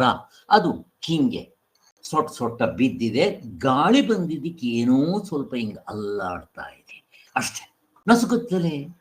ಬೆಳಕೂ ಇಲ್ಲ ಕತ್ಲೆ ಇಲ್ಲ, ಪೂರ್ತಿ 12 ಮಠ ಪೂರ್ತಿ ರಾತ್ರಿ ಆಗ್ಬಿಟ್ರು ನೀವು ತಪ್ಪು ಮಾಡ್ಕೊಳ್ಳಲ್ಲ. ಯಾಕೆಂದ್ರೆ ನಿಮ್ಗೆ ಕಾಣಿಸೋದೇ ಇಲ್ಲ, ಆವಾಗಲೂ ನಿಮ್ಗೆ ಹಾವಿಲ್ಲ. ಮಠ ಮಧ್ಯಾಹ್ನದಲ್ಲಿ ಹಗ್ಗ ಅಂತ ಗೊತ್ತಾಗ್ಬಿಟ್ರೆ ಹಾವಾಗಲೂ ಹಾವಿಲ್ಲ. ಹೇಗಿದೆ? ಆದ್ದರಿಂದ ಅವ್ರು ಹೇಳೋದು ನಿಮಗೆ ಗಾಢನಿದ್ರೆಯಲ್ಲಿ ಆತ್ಮನ ಮೇಲೆ, ಯಾಕೆ ನಿಮ್ಮ ಆತ್ಮ ತಿಳ್ಕೊಂಡ್ಲಿಲ್ಲ? ಗಾಢನಿದ್ರೆಯಲ್ಲಿ ಆತ್ಮನಾಗಿದ್ರು ಟವಲ್ ಹಾಕ್ಬಿಟ್ಟಿದ್ದಾರೆ, ಒಂದು ಮುಸುಕಿದೆ, ಅದು ತಮೋ ಗುಣದ ಆವರಣ, ಅದರಿಂದ ನೀವು ತಿಳ್ಕೊಂಡ್ಲಿಲ್ಲ ಅಂತ ಹೇಳ್ತಾ ಇದ್ದಾರೆ. ಇದು ಮೂಲ ವಿದ್ಯೆ, ಮೂಲ, ಅದಕ್ಕೊಂದು ಮೂಲ, ಅದೇ ಟವಲ್. ಈಗ ನನ್ನ ಪ್ರಶ್ನೆ, ಆತ್ಮ ಫಸ್ಟ ಟವಲ್ ಫಸ್ಟ? ಈ ಪ್ರಶ್ನೆ ಎತ್ಬೇಕು ಇವಾಗ. ಆಯ್ತಪ್ಪ, ಆತ್ಮನ ಮೇಲೆ ಇದೆ, ತೆಗಿಯೋರು ಯಾರು? ಆತ್ಮ ತೆಕ್ಕೊಂತಾನ? ಆತ್ಮ ನಿತ್ಯ ಶುದ್ಧ ಬುದ್ಧ ಮುಕ್ತ ಸ್ವರೂಪ. ಈ ಗಾಢನಿದ್ರೆಲ್ಲದು ಆತ್ಮನ ಮೇಲೆ ಬಿದ್ದಿದೆ, ಅದನ್ನು ತೆಗಿಯೋರು ಯಾರು? ಗೋವಿಂದ.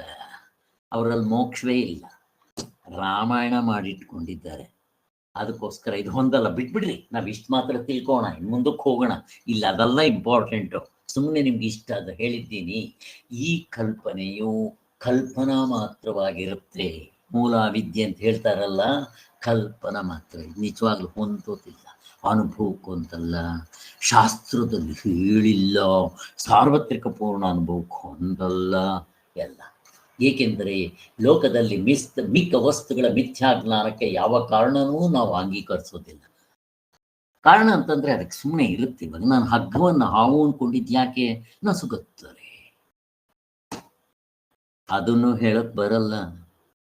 ಇನ್ನೊಂದು ದೃಷ್ಟಾಂತ ಕೊಟ್ರೆ, ಇವಾಗ ಇದು ಮಲ್ಕೊಂಡ್ಬಿಡುತ್ತಿದ್ದು ಮಠ ಮಧ್ಯಾಹ್ನದಲ್ಲಿ ಸಮುದ್ರದ ದಡದ ಮೇಲೆ ಓಡಾಡ್ತಾ ಇದ್ರೆ 12 ಗಂಟೆ ಬಿಸಿಲು, ಅಲ್ಲಿ ನೀವು ತಪ್ಪಾಗಿ ತಿಳ್ಕೊಂಡ್ರಿ, ಅದು ಬೆಳ್ಳಿ ಅಂತ ತಿಳ್ಕೊಂಡ್ರೆ. ಈಗ ಯಾವ ನಸುಗತ್ಲೆ ಇದ್ರೆ ಅದೇನಿದ್ರೆ ಅಡ್ಡ ಹೇಳ್ರಿ ನೋ, ಯಾವುದೋ ದೃಷ್ಟಾಂತದಲ್ಲ, ಅದಕ್ಕೆ ಯಾವುದು ಇಲ್ಲ ಅಂತ ಹೇಳೋದು ಹೇಗಿದೆ? ಈಗ ನಸುಗತ್ಲೆ ಇದೆಯಾ ಕಾರಣ ಅಂತಿರೋದು? ಹೇಳಕ್ ಬರಲ್ಲ. ಅದನ್ನು ಹೇಳ್ತಾ ಇದ್ದಾರೆ. ಎಲ್ಲೆಲ್ಲಿಯೂ ಮಿಥ್ಯಾಜ್ಞಾನ ರೂಪವಾದ ಅಜ್ಞಾನವು ಸ್ವಭಾವದಿಂದಲೇ ಇರುತ್ತಿದೆ. ಎಲ್ಲೆಲ್ಲಿಯೂ ಸ್ವಭಾವ ಮಿಥ್ಯಾಜ್ಞಾನ ಅಂದ್ರೆ ಈ ಶರೀರ ನಾನು ಪ್ರಮಾತೃ ಅಂತ ಅಂದ್ಕೋ. ಪ್ರಮಾತೃಗೆ ಮಾತ್ರ ಅವನಿಗೆ ಗೊತ್ತಿಲ್ಲ. ನೀವು ಯಾರು ನೀನು? ನಾನಪ್ಪ ಸ್ವಾಮಿ, ನಾನಿದು ಅಷ್ಟು ಹೇಳ್ತಾನೆ ಅವ. ಇದು ಸ್ವಭಾವ. ಮತ್ತೆ ಯಾವುದರಿಂದ ಹೋಗುತ್ತೆ? ರೈಟ್ ನಾಲೆಡ್ಜ್, ಸಮ್ಯಕ್ ಜ್ಞಾನದಿಂದ ಹೋಗುತ್ತೆ. ಇದು ತಿಳಿದ್ರೆ ನಮ್ಗೆಲ್ರಿಗೂ ಗೊತ್ತಿರೋ ವಿಷಯ.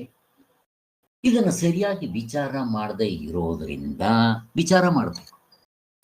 ನಾನಂದ್ರೆ ಯಾರು? ವಿಚಾರ ಮಾಡು. ರಮಣ ಮಹರ್ಷಿ ಅಷ್ಟೇ, ವಿವೇಕದಿಂದ. ಅದು ಹೇಳ್ಬಿಡ್ತಾರೆ ಅವರ ಮೇಲೆ ಅಂತ. ಆದ್ದರಿಂದ ಜ್ಞಾನದ ಅಭಾವ ರೂಪವಾದ ಅಜ್ಞಾನವೇ ಮಿಥ್ಯಾಜ್ಞಾನ ರೂಪವಾದ ಅಜ್ಞಾನಕ್ಕೆ ಕಾರಣ ಎಂದು ಒಂದು ದೃಷ್ಟಿಯಿಂದ ಹೇಳ್ಬೋದು. ನಮ್ಮ ಭಾಷ್ಯದಲ್ಲೂ ಹೇಳಿದೆ, ಉಪನಿಷತ್ನಲ್ಲೂ ಹೇಳಿದೆ, ಮಾಂಡಿಕ್ಯ ಉಪನಿಷತ್ನಲ್ಲಿ ಕಾರಣ ಅಂತ ಕರೆದಿದ್ದರು. ಯಾಕೆ ಅಂತಂದ್ರೆ ಅಲ್ಲಿ ನೀವು ಇದ್ದದ್ದನ್ನಿದ್ದಾಗ ತಿಳ್ಕೊಳ್ದೇ ಇರೋದ್ರಿಂದ ಒಂದು ತಪ್ಪು ಮಾಡಿದ್ರೆ ನೆಕ್ಸ್ಟ್ ಇನ್ನೊಂದು ತಪ್ಪುಗಳು ಸಹಜವಾಗಿ ಆಗ್ಬಿಡುತ್ತೆ. ಗಾಢ ನಿದ್ರೆಯಲ್ಲಿ ಆತ್ಮನಾಗಿದ್ರು ತಿಳ್ಕೊಂಡಿಲ್ಲ, ಅಗ್ರಹಣ. ಅದಕ್ಕೆ ಇಲ್ಲೇನ್ ಮಾಡ್ತೀವಿ?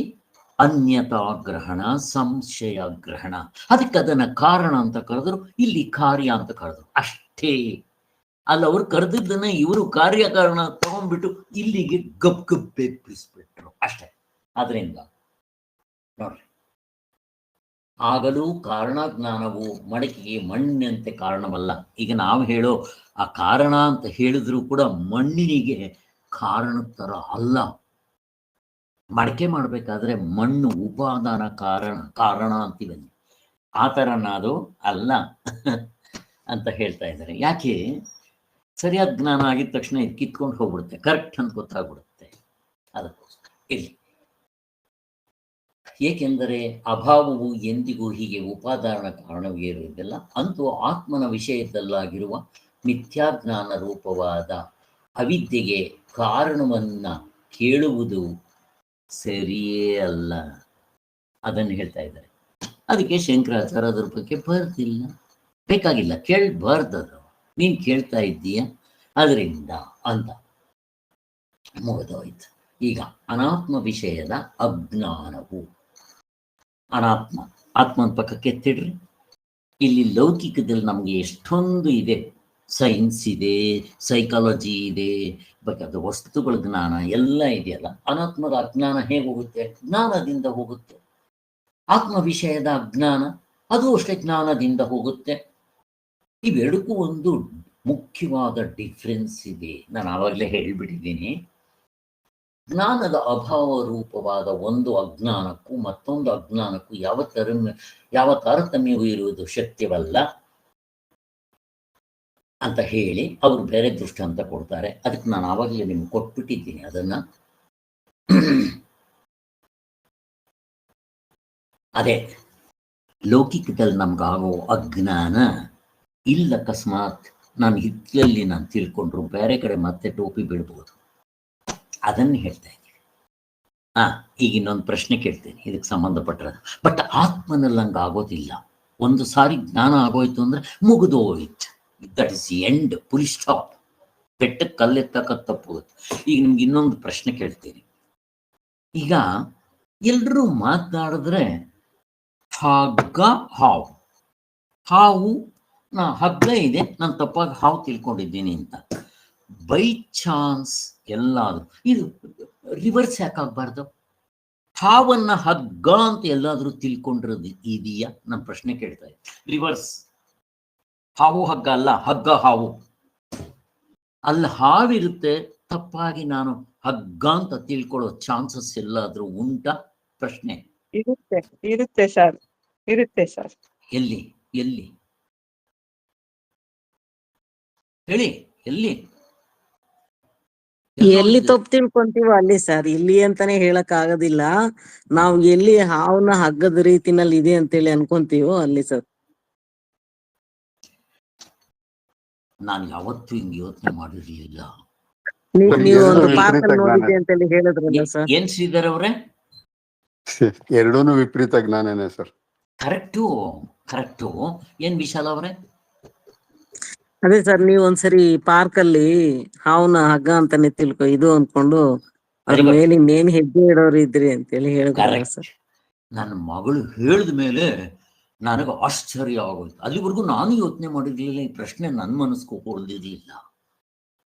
ಒಂದ್ಸಾರಿ ಏನಾಯ್ತು, ನನ್ನ ಮಗಳು ಮತ್ತೆ ಅಳಿಯ ಟ್ರಿಪ್ಗಳಿಗೆ ಹೋಗ್ತಾರೆ, ಅಲ್ಲೆಲ್ಲ ಹೋಗ್ತೀವಿ. ನಿಮ್ಗೆ ಗೊತ್ತಿರುತ್ತೆ, ಅಮೇರಿಕಾದಲ್ಲಿ ಯಾರಾದರೂ ಹೋಗಿದ್ರೆ, ಈಗ ಫಾರ್ ಎಕ್ಸಾಂಪಲ್ ನಾವು ಲಾಲ್ಬಾಗ್ ಹೋಗ್ತೀವಿ, ಮೈನ್ ರೋಡ್ ಇರುತ್ತೆ. ಮೈನ್ ರೋಡ್ ಇದ್ರೂ ಟಾಯ್ಲೆಟ್ನ ನಮಗೂ ಗೊತ್ತು, ಲಾಲ್ಬಾಗ್ನಲ್ಲಿ ಅಲ್ಲಿ ಪಕ್ಕದಲ್ಲಿ ಮಾಡಿರ್ತಾರೆ, ಅಲ್ಲಿ ಸ್ವಲ್ಪ ಮಣ್ಣಲ್ಲಿ ನಡ್ಕೊಂಡು ಹೋಗ್ಬೇಕು ನಾವು. ಒಂದು ಸಾರಿ ಏನಾಗಿದೆ, ನಡ್ಕೊಂಡು ಹೋಗ್ಬೇಕು, ಕತ್ಲೆ ಗಿತ್ಲೆ ಏನಿಲ್ಲ, ಬೆಳಿಗ್ಗೆ ಹೊತ್ತು 12 ಗಂಟೆಯಲ್ಲಿ ನಮ್ಮ ಅಳಿಯಂದ್ರು ಮುಂದೆ ಹೋಗ್ತಾ ಇದ್ದಾರೆ. ಹೋಗ್ತಾ ಇದ್ರೆ ನನ್ನ ಮಗಳು ಹಿಂದೆ ಹೋಗ್ತಾ ಇದ್ದಾಳೆ.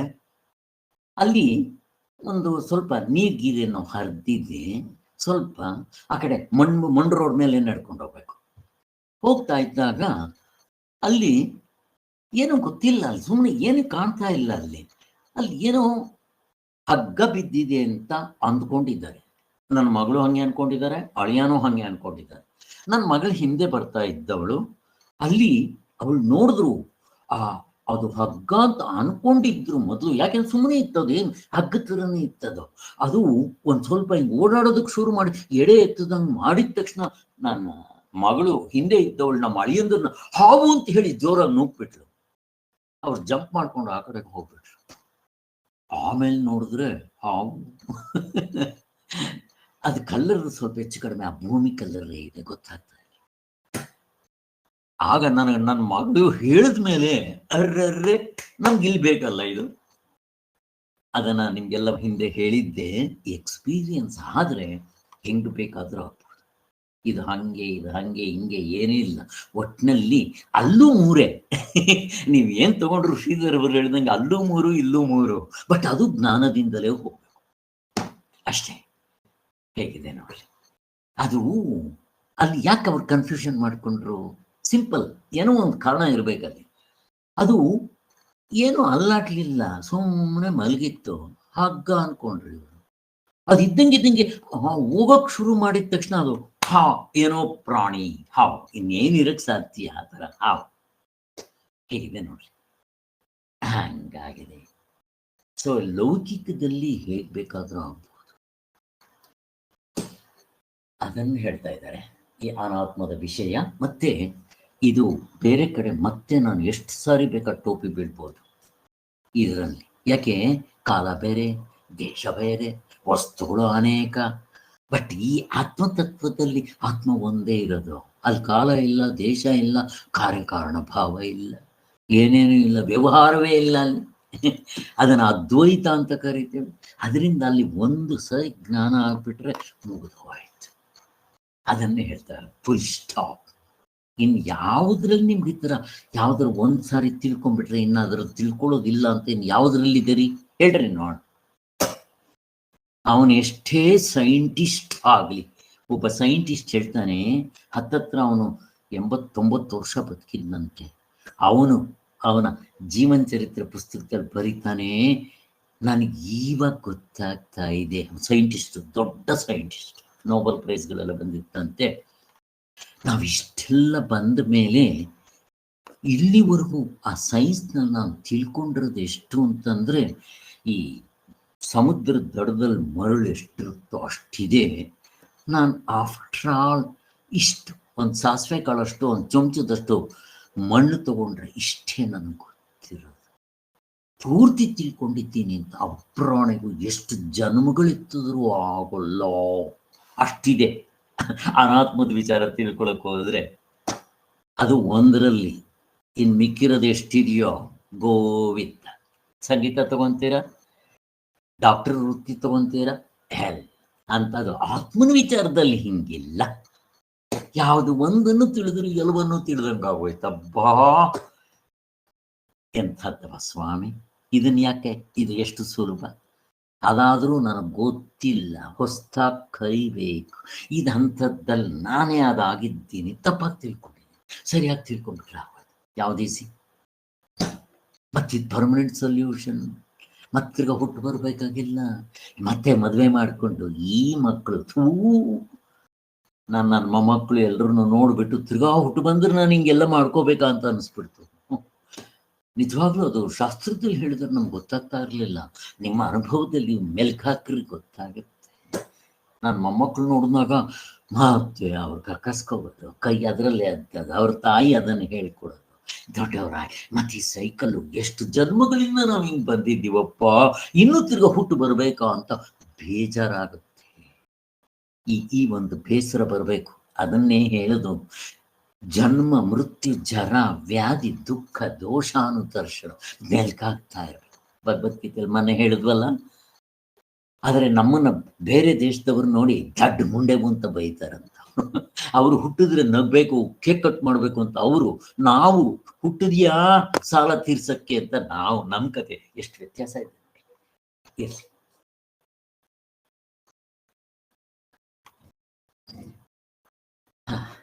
ನೋಡ್ರಿ, ಲೋಕದಲ್ಲಿ ಬಾಹ್ಯ ವಿಷಯಗಳ ಒಂದು ಮಿಥ್ಯಾಜ್ಞಾನ ಹೋದ ಮಾತ್ರಕ್ಕೆ ಎಲ್ಲಾ ಬಗೆಯ ಮಿಥ್ಯಾಜ್ಞಾನವು ಹೋಗುವುದಿಲ್ಲ.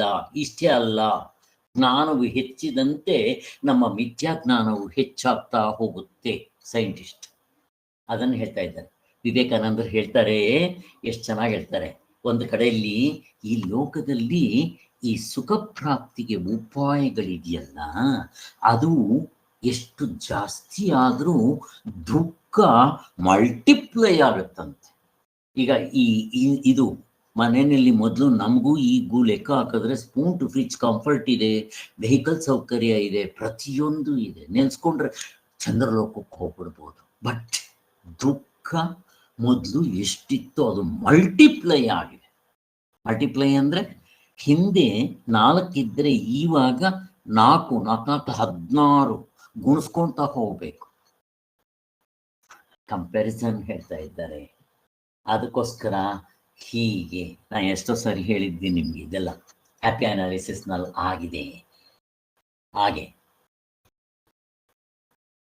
ಸೈನ್ಸ್ ಕೊಟ್ಟಿದೆ, ನಮಗೆ ಬೇಕಾದಷ್ಟು ಕಂಫರ್ಟ್ ಕೊಟ್ಟಿದೆ. ಏನು ಕೊಟ್ಟಿದೆ? Physical comfort, of course mental comfort. ನಾವು ಇಷ್ಟೇನೆ ಇರೋದು, ಫಿಸಿಕಲ್ ಅಂಡ್ ಮೆಂಟಲ್ ನಾವು ಇಲ್ಲ. ನಾವು ಆತ್ಮಸ್ವರೂಪರು, ಜೀವ. ಅದಕ್ಕಿಂತ ಹಿಂದೆ ನಮ್ಮ ನಿಜವಾದ ಎಕ್ಸಿಸ್ಟೆನ್ಸ್ ಇದೆ. ನೀವು ಇಲ್ಲೇ ಕೂತ್ಕೊಂಡು ಹೇಳಿದ್ರೆ ಏನು ಉಪಯೋಗ ಇಲ್ಲ. ಅದನ್ನು ಹೇಳ್ತಾರೆ. ಎಷ್ಟೆಷ್ಟು ನೀವು ಮಾಡ್ತಾ ಹೋದ್ರು.